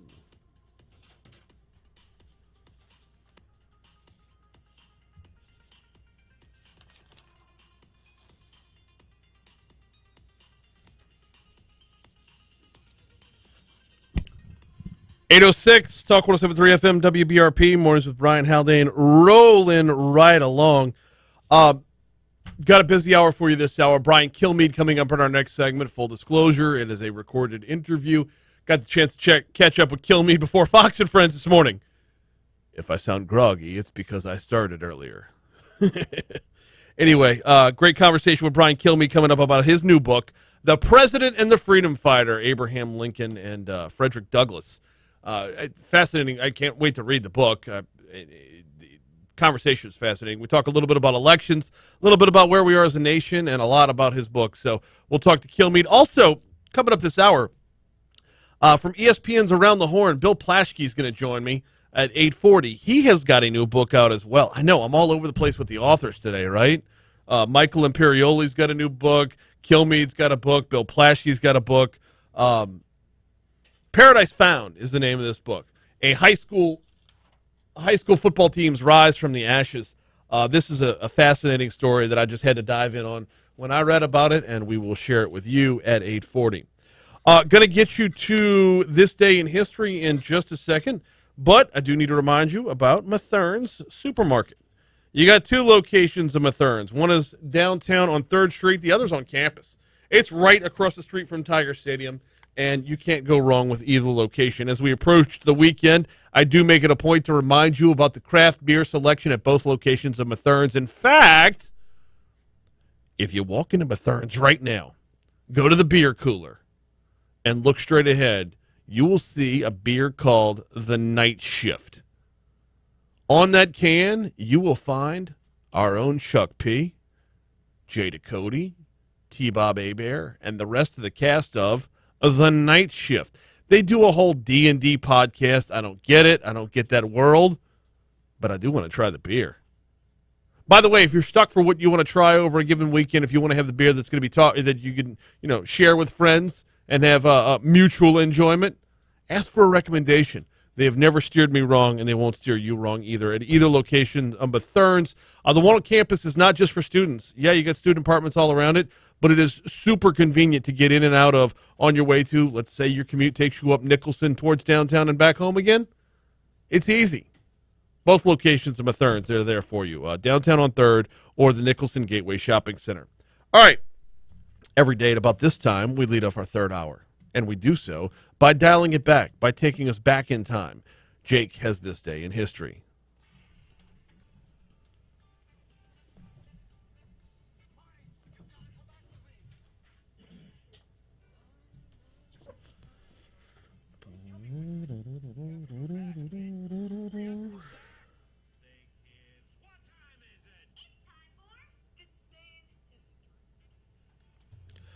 We're going to kick things off.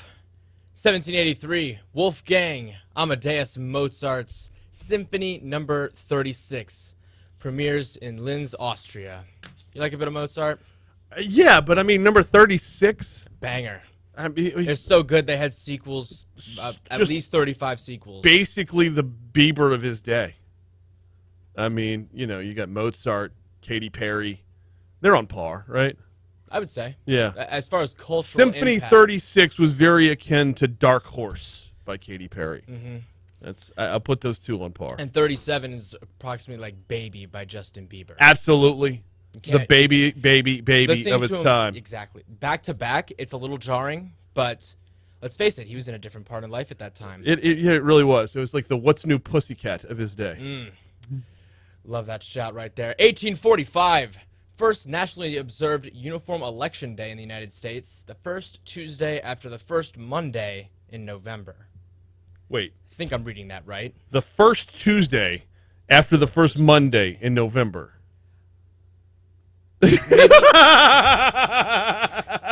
So stupid. So if okay, no. Here's you ready to break it down? Yeah. If November 1st is a Tuesday, Yep. it'll be the following Tuesday. Basically, what they're saying is it can't be November 1st. Yes. All right. I wish they could just say that. Yeah. Simpler. The first Tuesday that's not November 1st. Way That's easier. so good. The first Tuesday following the first Monday. I'm going to be honest, I put this on the list just for that. Second cousin's former roommate. What does that make us? Absolutely nothing. That's a Spaceballs reference. I'm impressed you caught that. Come on, it's a classic. You're like 9. Everything 9? I throw out there. No, everything I throw out there, I don't know what that is. Spaceballs is a classic. I'm glad you know it. There you have it. Good on you. Not so bad. 1854, lighthouse built on Alcatraz Island, San Francisco Bay. Love me some Alcatraz. Find the history fascinating, but we'll move right along. 1879, Al Capone was there. He was. So was Machine Gun Kelly. Yeah. Not the rapper. Yeah, not that guy. Good clarification. Yeah. it's an important distinction. 1879, African-American inventor Thomas Elkins patents the refrigerating apparatus. Whoa. He patented the refrigerating apparatus and he invented African Americans? No. But it could sound like that grammatically. This is why I don't get invited to parties. Dios mío. 1904, first stadium built specifically for football. Stupid. I can't Harvard believe Stadium. Dude, like... Oh, it's so stupid. That was really dumb. Yeah, I know. All right, moving on. Sorry. Let's just keep going. Yeah. 1924, Calvin Coolidge is elected to a full term as president of the United States, defeating Democrat candidate John W. Davis. 1952, Republican candidate Dwight D. Eisenhower is elected president of the United States. 1973, the New Orleans Saints' first shutout victory, 13-0 versus the Buffalo Bills. Nice. Very nice. 1987, NBA announces 4 new franchises, Charlotte, Miami for 1988, and Minneapolis and Orlando for 1989. Big old expansion right there. Yep. 1990, Iraq says it's preparing for a, quote, dangerous war. How'd that go? Well, Yeah. you know, 2001, Harry Potter and the Philosopher's Stone, first film adaptation of the books by J.K. Rowling, premieres starring Daniel Radcliffe.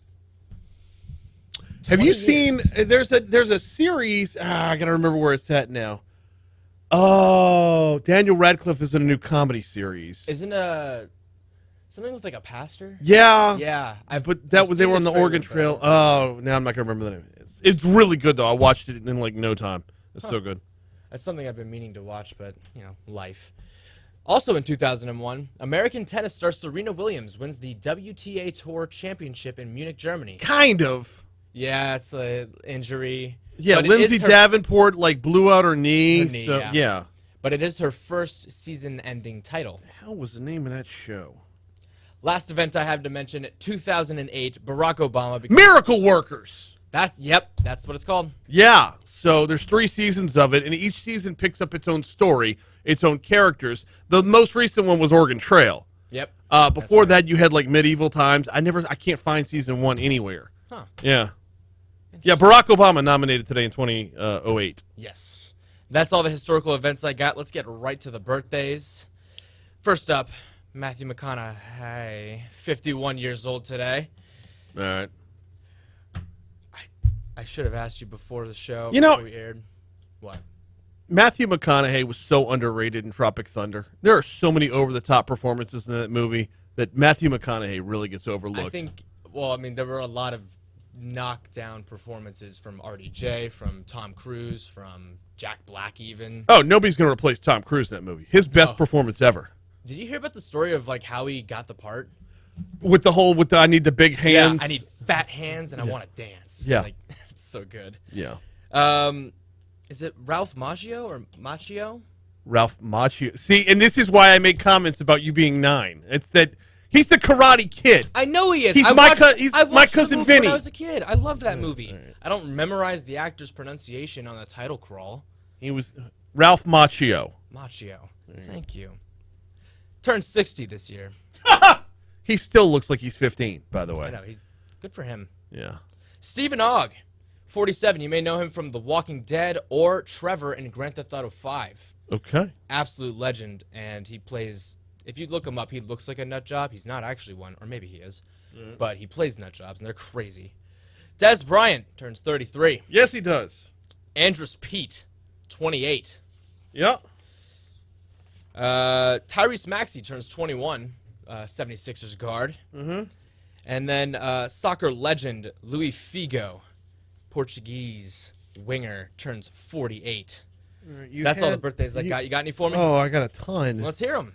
All right, you had Andrus Pete. You had Des Bryant. Bethany Frankel. Oh, yeah. From the Skinny Girl Cocktails and the Real Housewives of New York. Oh, yeah. Can't say Bethany I've seen Frankel is 51 today. You had Matthew McConaughey. Did you have Diddy? I missed Yeah, that one. Sean Combs turns 52 today. Also, in the I like to keep tabs on the locals as well. Former LSU and former Carolina Panthers wide receiver Brandon LaFell. Ooh. Yeah, he was born on this day in 1986. And outside linebacker for the Atlanta Falcons, Deion Jones. Ooh. Yeah, Debo's birthday today as well. Happy birthday to all those listed. Only one death I have of note. Michael Crichton died on the Crichton. Crichton? Jurassic Park author, yes. I apologize for butchering his name. It's pronounced Machio. He's out on this day in 2008. You have any deaths for me? No, but the day ain't over yet. You're right. Holidays. Yeah. National Candy Day. Why? I saw this as well, and it's been agitating me since I saw it. Today's November 4th. 5 days ago was Halloween. Mm-hmm. Why would we celebrate National Candy Day 5 days after all the kids stack up all the candy? But the question is, did National Candy Day come before Halloween? No. It probably didn't. No. Halloween came before candy, so. That's the thing. Yep. And finally, use your common sense day. That's the national holiday. Oh, yeah, that's not celebrated anywhere. No, but we can all do with some. Yep. All right. It's going to be this day in history. I appreciate it. Wow, we're super long today. Yep. Yeah, all right. We got to take a break. When we come back, Brian Kilmeade up next on Talk 107.3. Just go right into it. Yeah. No bump? Well, no, bump and then play the... And let's see if the YouTube audience can figure out where I had to edit because a commercial interrupted the middle.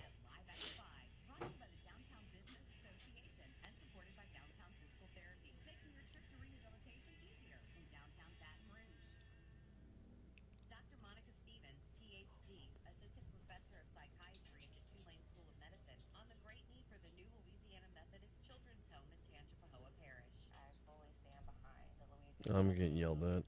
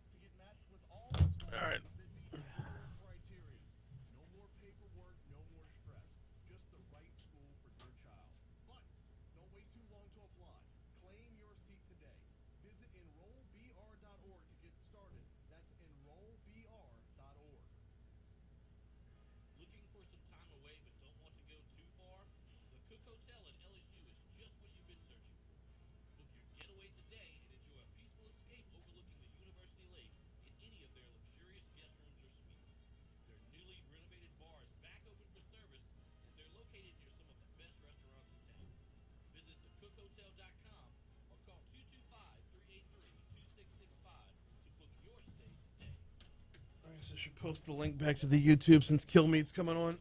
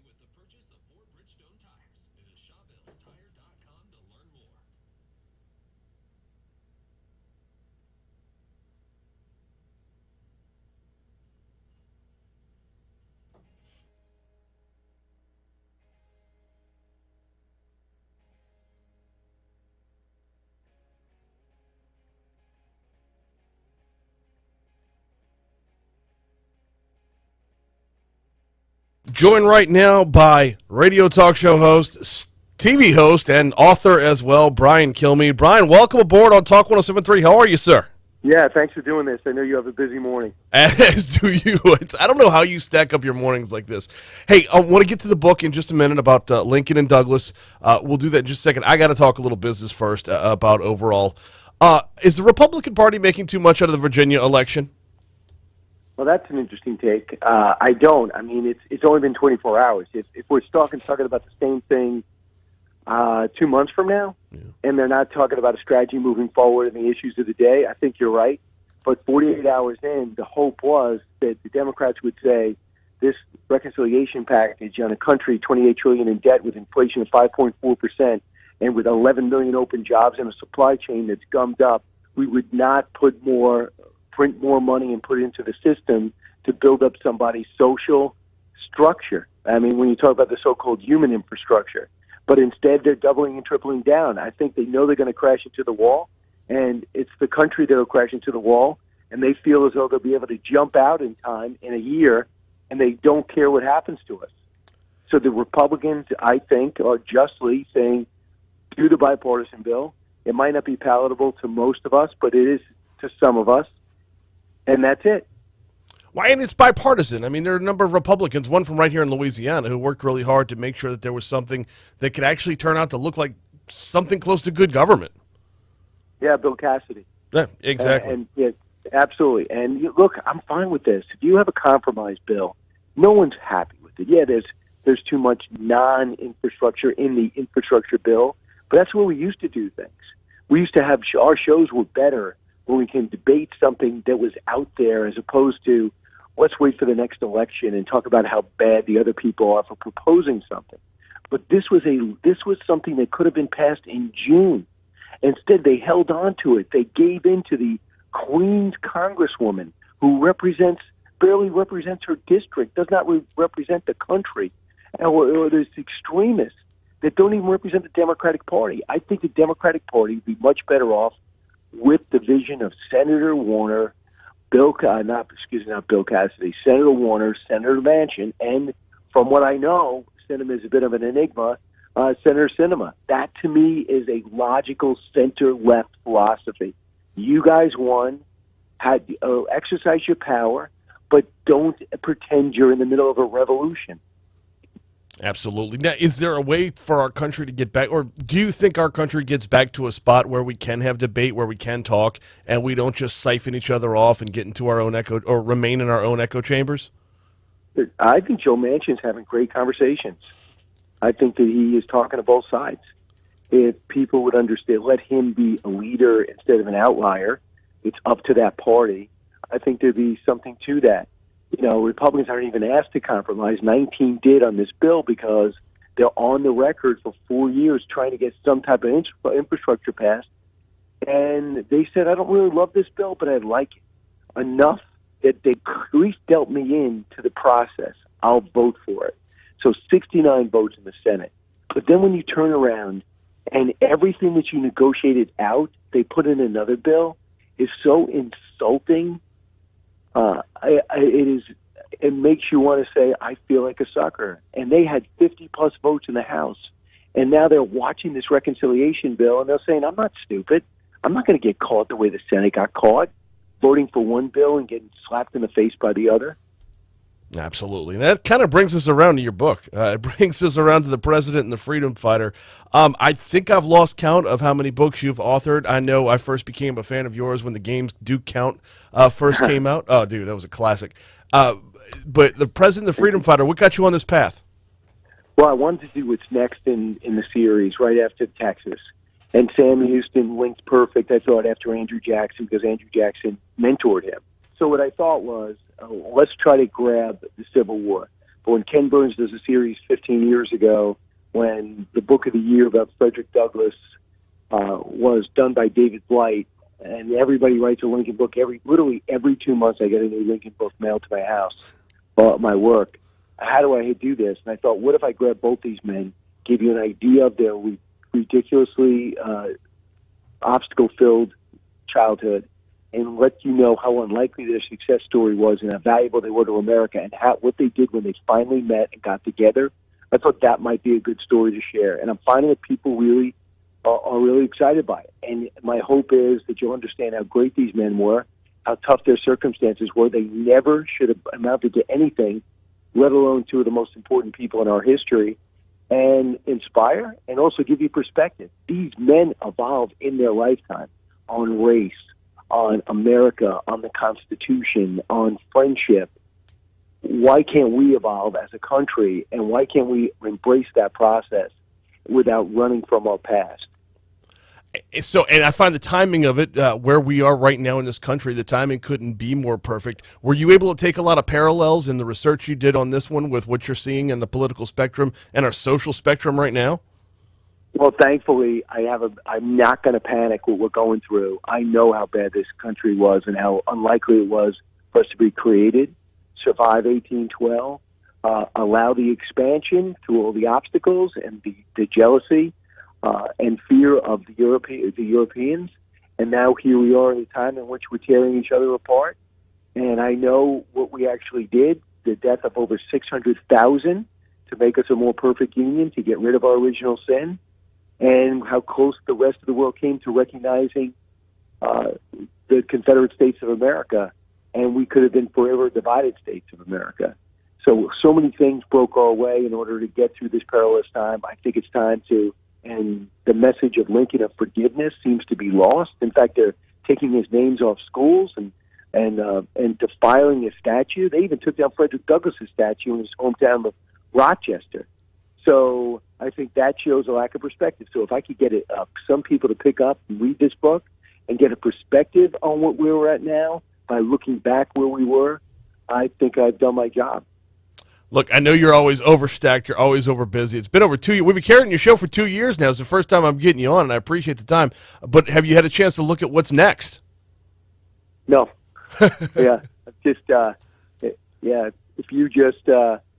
we were a couple of days. The book's been released 2 days ago. It takes me about 9 months to come up with an idea. I don't even know if there would be another one, but I just want to see how this goes and see what the reaction is to this. In the meanwhile, I'll let you get back to it. Of course, Brian Kilmeade show runs every single day, 10 a.m. to 1 p.m. right here on Talk 107.3 FM. Catch Fox and Friends every morning. Well, when you're not listening to this show. And go out and get the president and the freedom fighter. Brian, I thank you so much for the time this morning, man. No problem. We can do this regular. If you go to BrianKilmeade.com, you can get it personalized if you want, because it's going to be one of the few Christmas gifts not stuck on a barge. Nice. He is Brian Kilmeade. I'll talk to you later, man. Talk to you later. I mean, there's a hint of truth in that last part, right? One of the few Christmas gifts that won't be stuck on a barge. By the way, I am taking him up on the we're going to do this regularly part. The president and the freedom fighter, I can't wait to dive in on this one. He kind of downplayed the parallels. I'll play them up a little more. There's a lot going on now when it comes to discontent within with our neighbors. We're in a weird spot in history, and it's one that we've explored before and we will explore again. Hey, the Baton Rouge Symphony Orchestra returns this Friday, tomorrow night, River Center Ballroom, to celebrate its 75th anniversary. Maestro Timothy Muffet will lead a walk through the symphony's past, as the concert will feature music from some of their favorite performances over the years. Tickets are still available. They start at just $30. Visit brso.org/tickets, brso.org/tickets. Had Timothy Muffet on the show, was it last Friday, I think? Might have been Monday. I don't know. My days run together. Anyway, the symphony is not exactly like when you picture a symphony, you're thinking like, Bruce Wayne's murdered parents. That's not what we're getting here. This is a much cooler vibe. brso.org/tickets. 75th anniversary celebration of the Baton Rouge Symphony Orchestra this Friday.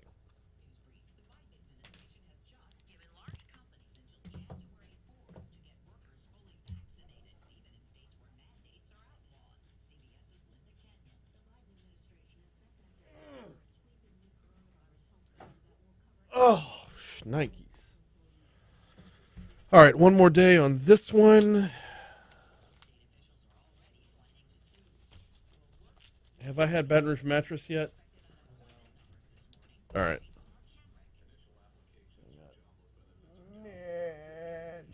Kimball. All good.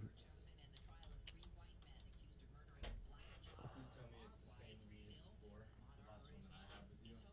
What? Snuggle on a mattress or something like that. No, he does. He encourages it. Mitch will lay down with you.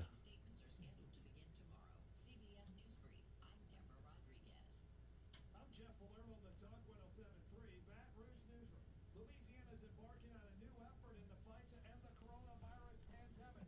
Chief of Pediatrics at LSU Health Shreveport, Dr. John Van Cheery, says Louisiana will... Van Cheery. I said Van Sheer. He says Van Cheery. All right, then.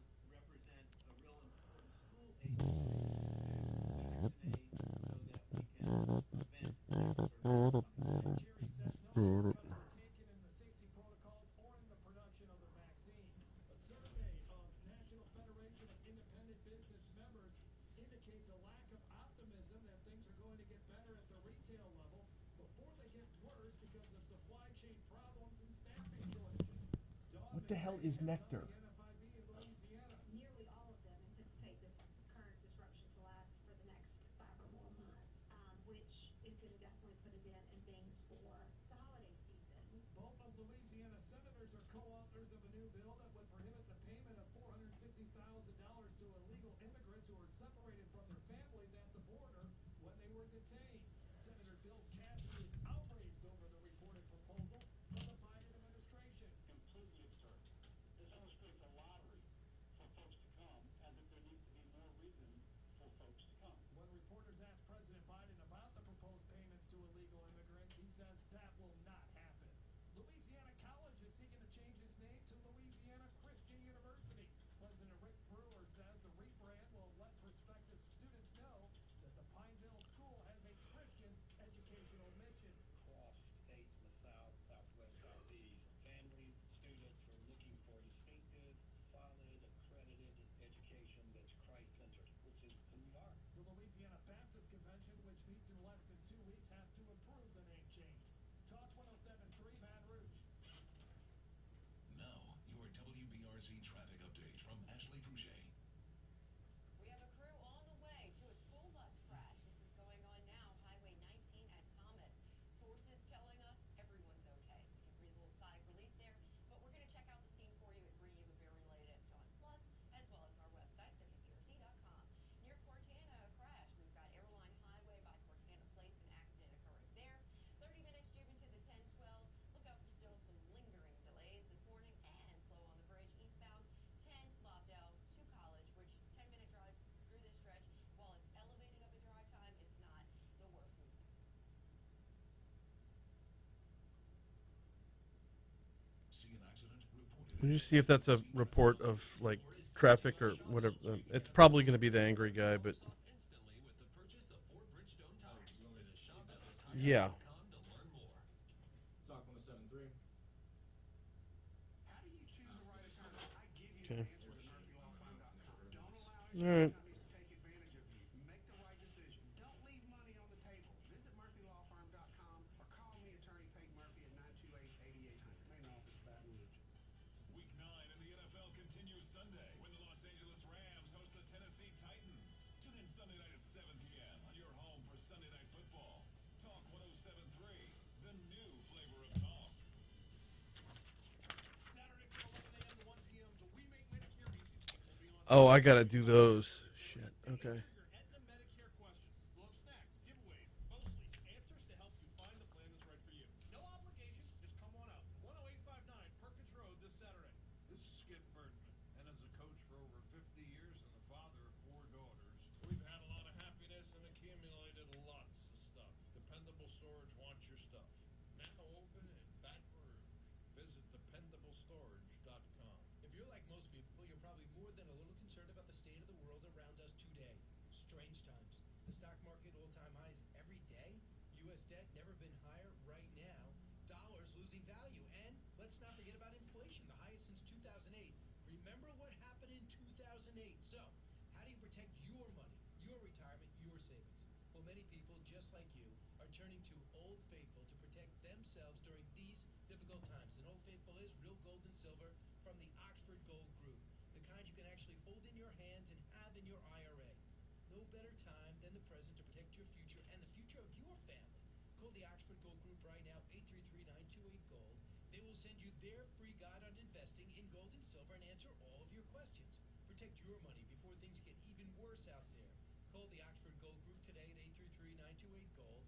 Oxford is here to help you protect your savings and retirement. That's 833-928-GOLD.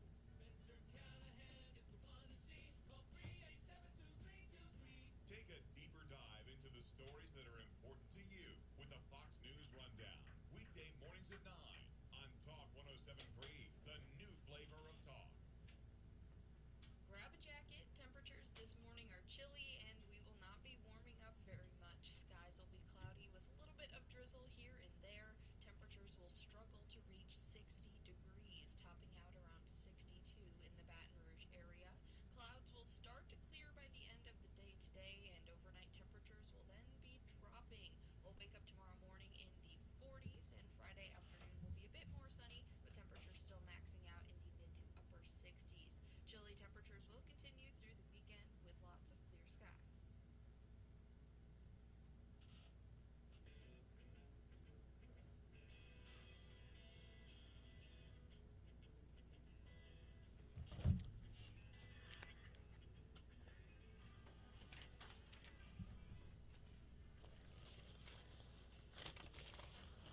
838 Talk 107.3 FM WBRP. ESPN's Bill Plaschke. He's know him from Around the Horn. You've seen him on Around the Horn before. Longtime sports writer. He's written his second book. It's called Paradise Found: A High School Football Team's Rise from the Ashes. It's about the town of Paradise, California, which is in Northern California. Basically, and I know I'm oversimplifying it, but the town burned down, and the high school football team's return to the field was a source of inspiration, and the story I think is one that a lot of sports fans would look to cling to, because it's a type of sports story that finds inspiration where what happens on the field or what happens off the field, what happens because of sport, is what's bigger than what's happening on the field. So we'll talk with Bill Plaschke on a little over a minute from right now. Do need to remind you, coming up this weekend, the Nectar Day sale. What is the Nectar Day sale? Well, that's a sale going on at the Baton Rouge Mattress Outlet where all Nectar sleep products, Nectar mattresses and the like, are going to be 25% off. Why are they doing that this weekend? Well, because you get an extra hour to sleep on Saturday night and Sunday morning. Clocks fall back this weekend. Well, take advantage of that extra hour of sleep by visiting Baton Rouge Mattress Outlet, either location, 4065 Florida Boulevard in Mid-City, or the corner of Jefferson and Houcheteux in the southeastern portion of the parish. The Nectar mattresses and Nectar sleep products, they're top of the line. They've got forever warranties, and Mitch has them in stock and can help you out with putting you on the path to a better night's sleep by getting you a better mattress. Nectar sleep products, 25% off all weekend long at either location, 4065 Florida Boulevard in Mid-City, or the corner of Jefferson and Houcheteux in the southeastern corner of the parish. Need directions? Call 930-5779. 930-5779. Looking forward to connecting with Bill in just a minute. Really want to dive into this book and the history of the Paradise High School football team. Before we get to Bill, though, I do also need to remind you, Talk 107.3 FM is still giving you a chance to enjoy a true Louisiana staycation on us at either the Renaissance or Watermark Hotels. Simply take our staycation survey at talk1073.com, and you will be instantly registered to win a one-night stay with valet and dinner for two at the Gregory at the Watermark, or if you're winning the Renaissance, it's a one-night stay with breakfast for two and dinner for two at Tallulah. We give away 2 per month, one on this show, one on the Jay Ducote show.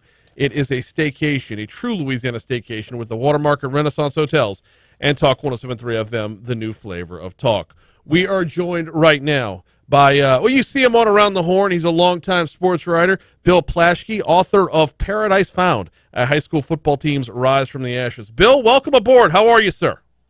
I'm doing good. Not as good as I was doing before Coach O got rid of Coach O. We love Coach O in LA. We love Coach O. You had the chance to keep him in L.A. a number of years ago. No, we blew it. We blew it. But he's not coming. He can't come back now. But he blew it. I mean, they blew it by not keeping him. He'd have been great for the program. Yeah. I love that guy. Is he leaving?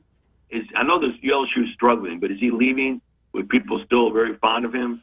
It's kind of a mixed bag down here, Bill, because there are a lot of us, myself included, that absolutely adore the guy. I love his energy, love what he's done for the program, love having the greatest season in the history of college football, and I will argue that until my deathbed. In 2019 was something that was completely irreplaceable. But at the same time, though, there's been as many downs as there's been ups. He's been a roller coaster ride in his tenure here. Yeah, I don't know. Well, anyway, he's a great guy, but I'm thrilled to consider him a friend. I really like him. He's a really good. He's a good man. Absolutely.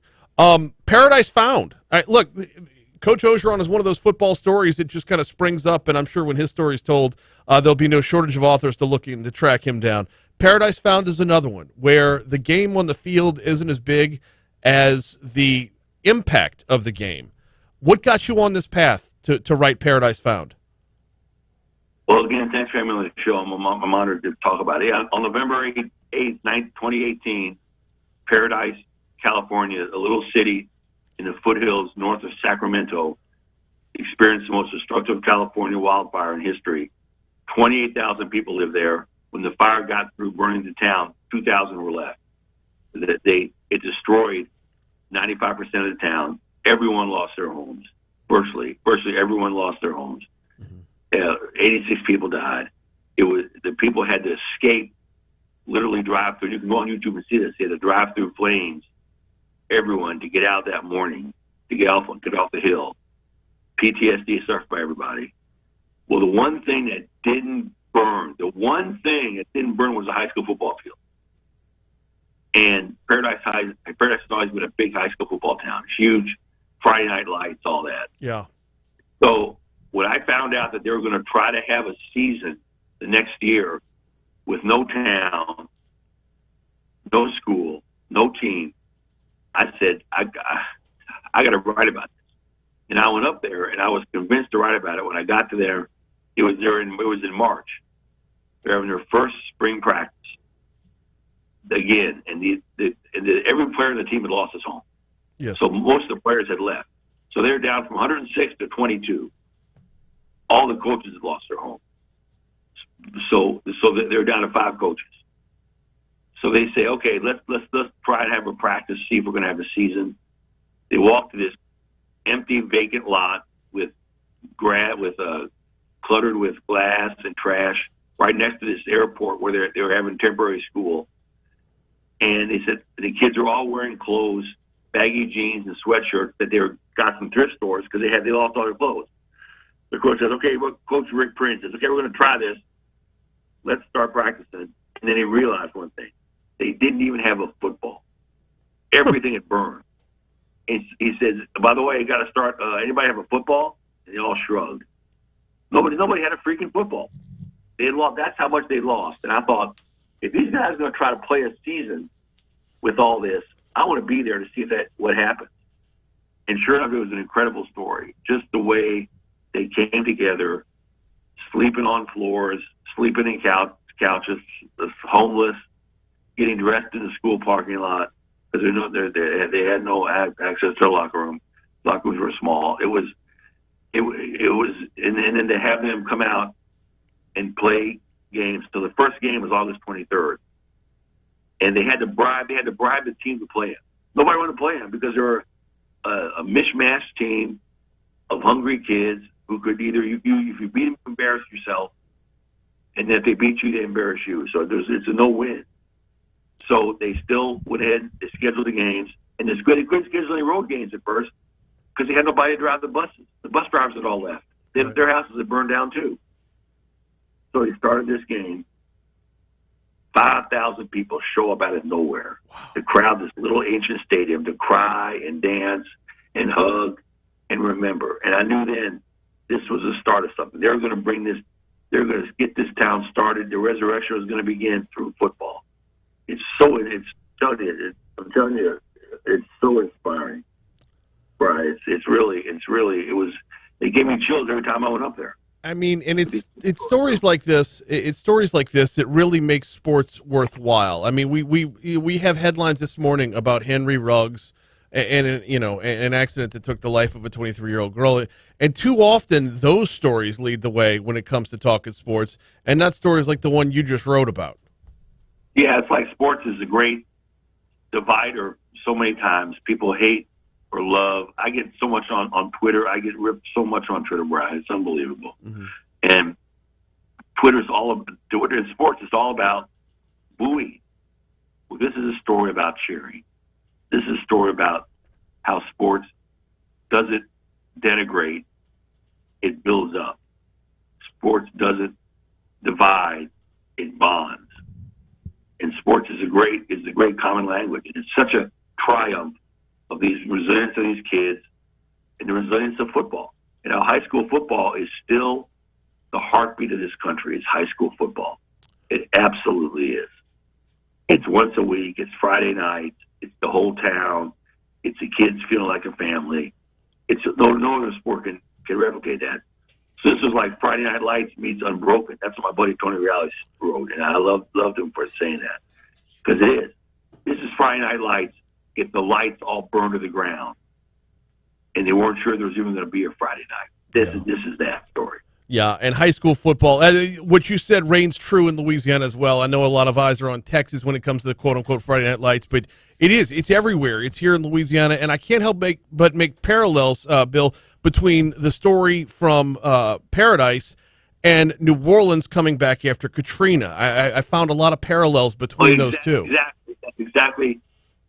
Everybody talks about the block punt, right? And that's the whole thing. Yeah.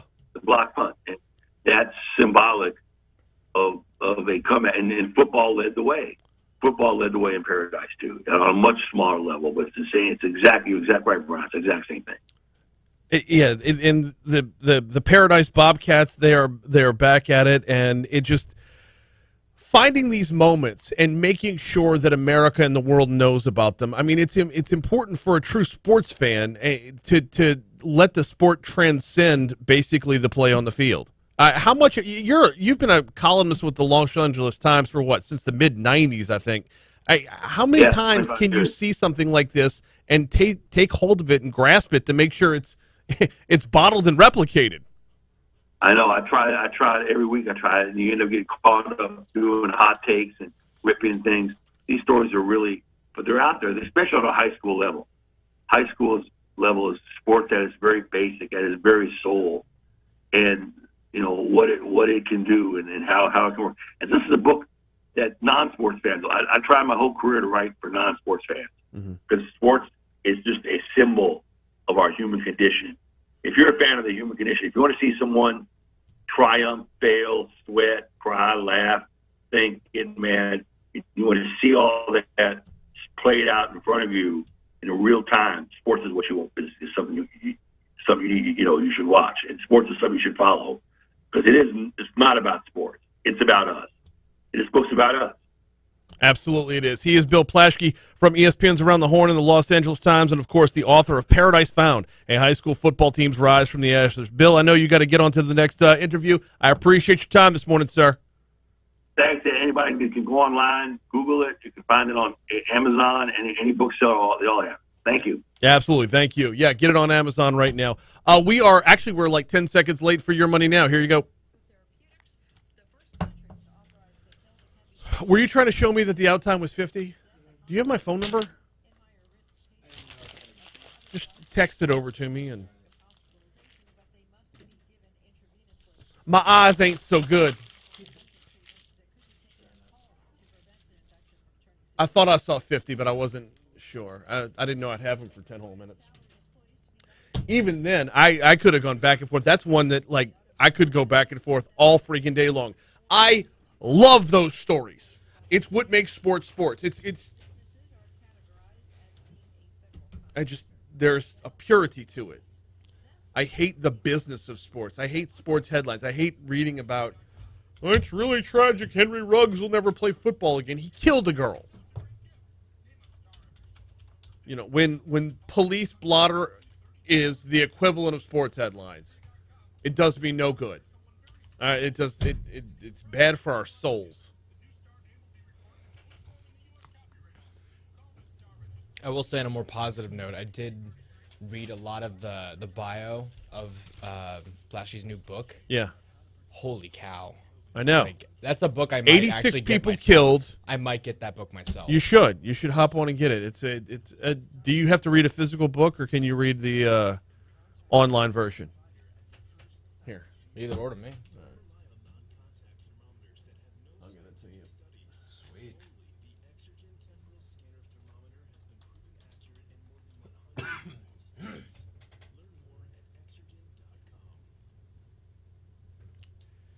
Oh, Nards. I guess I don't have it. I deleted it. If I've still got it, I'll forward it on to you. Cool.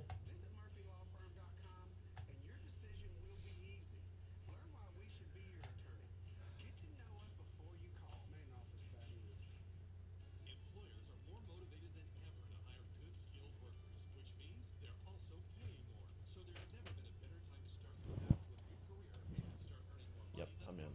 ITI Technical College is helping place students and graduates in jobs for over 40 years. And obtaining a degree from ITI is more affordable and faster because it comes without the hassle of taking classes that have nothing to do with your career.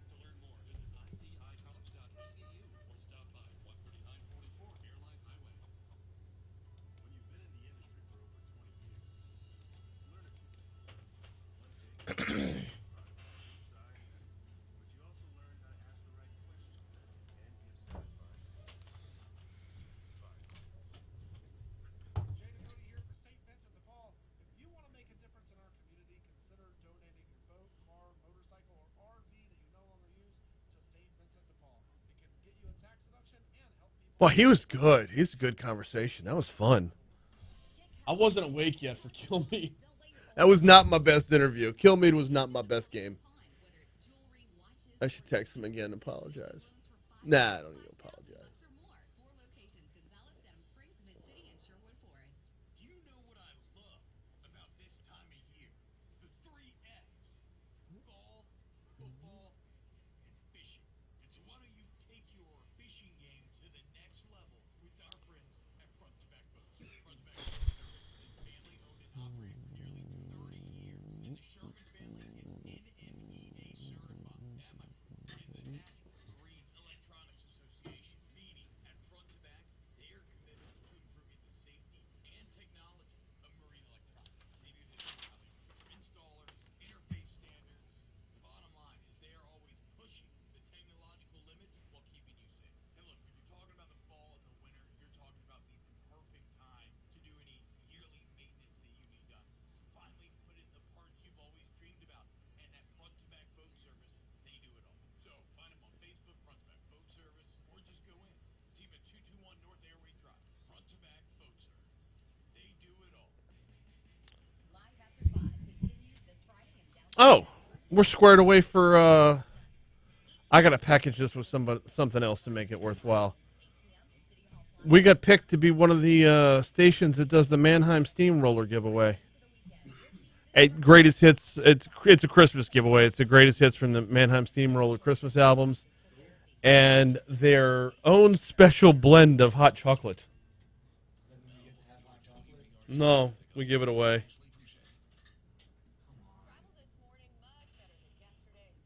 I got to partner with something else. Like, I wonder if we're in. I know 2 of the other stations are getting the River Center, skating at the River Center stuff. Hey, it's Abby Lee's birthday. Cool.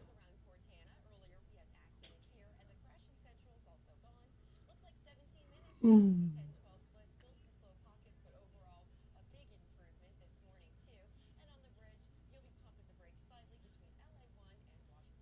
accident? Report it at WBRC Traffic on Twitter. This report is brought to you by Shawbills, where you can get up to $170 off instantly with the purchase of 4 Bridgestone tires. Visit ShawbillsTire.com to learn more.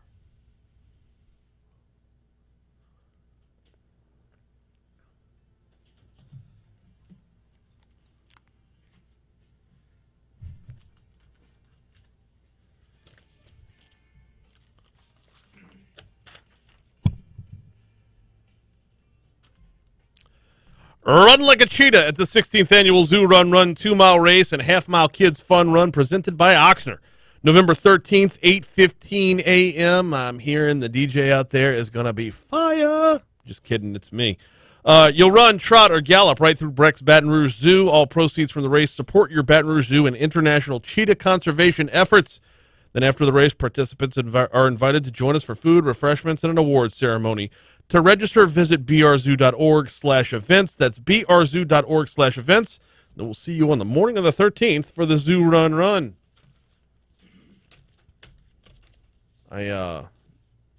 If you've never done the Zoo Run, I highly recommend it. I know a lot of people sign up for the 5Ks and the whatnot.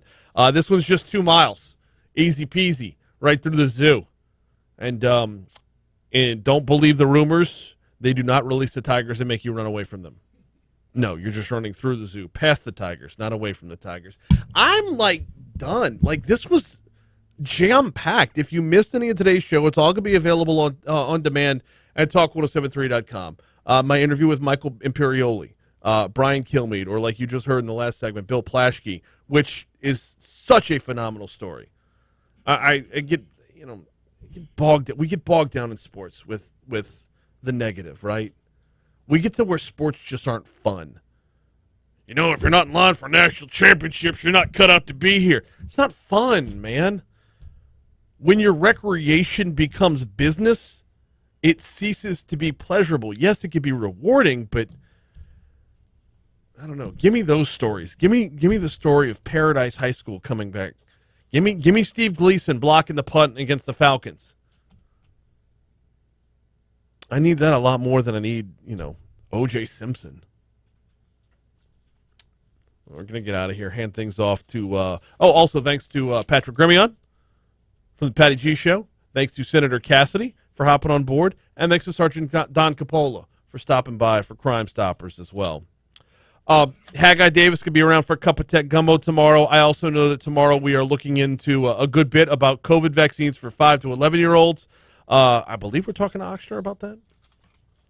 And before I get out of here, I tell you, after the show tomorrow, I head over to Go Slim Nutrition on the corner of Bluebonnet and Perkins Road. They're right next door to Rouse's. Looking forward to this. Jumpstart plans are still available right now. You don't have to commit to a full plan. You can get a Jumpstart plan to get yourself started on the path to a healthier you, better nutrition, better diet, and maybe the loss of a few pounds along the way. I'm inching closer and closer to my goal weight. Not the goal weight that I set with Franz. That's long since in the rearview mirror. I'm talking about my goal weight where I'm going to be weighing what I weighed the day I graduated high school. And full disclosure, I haven't been able to hit the gym in 3 weeks now. Injured my back. And the cool thing is, the folks over at Go Slim, they've been able to adapt my program to my lifestyle, meaning I see limitations when it comes to the workout. They make adjustments when it comes to the diet. The bars and the shakes and the meals are all fantastic, but it's about the accountability and about that adaptability as well. GEAUXSlimBR.com. Check them out. Here comes the Fox News Rundown on Talk 107.3. Oh, man. Oh, all right. YouTube. I'll be seeing y'all tomorrow. I don't want to spoil anything we got coming your way, but I will tell you there's a game show host going to be on tomorrow. Yeah.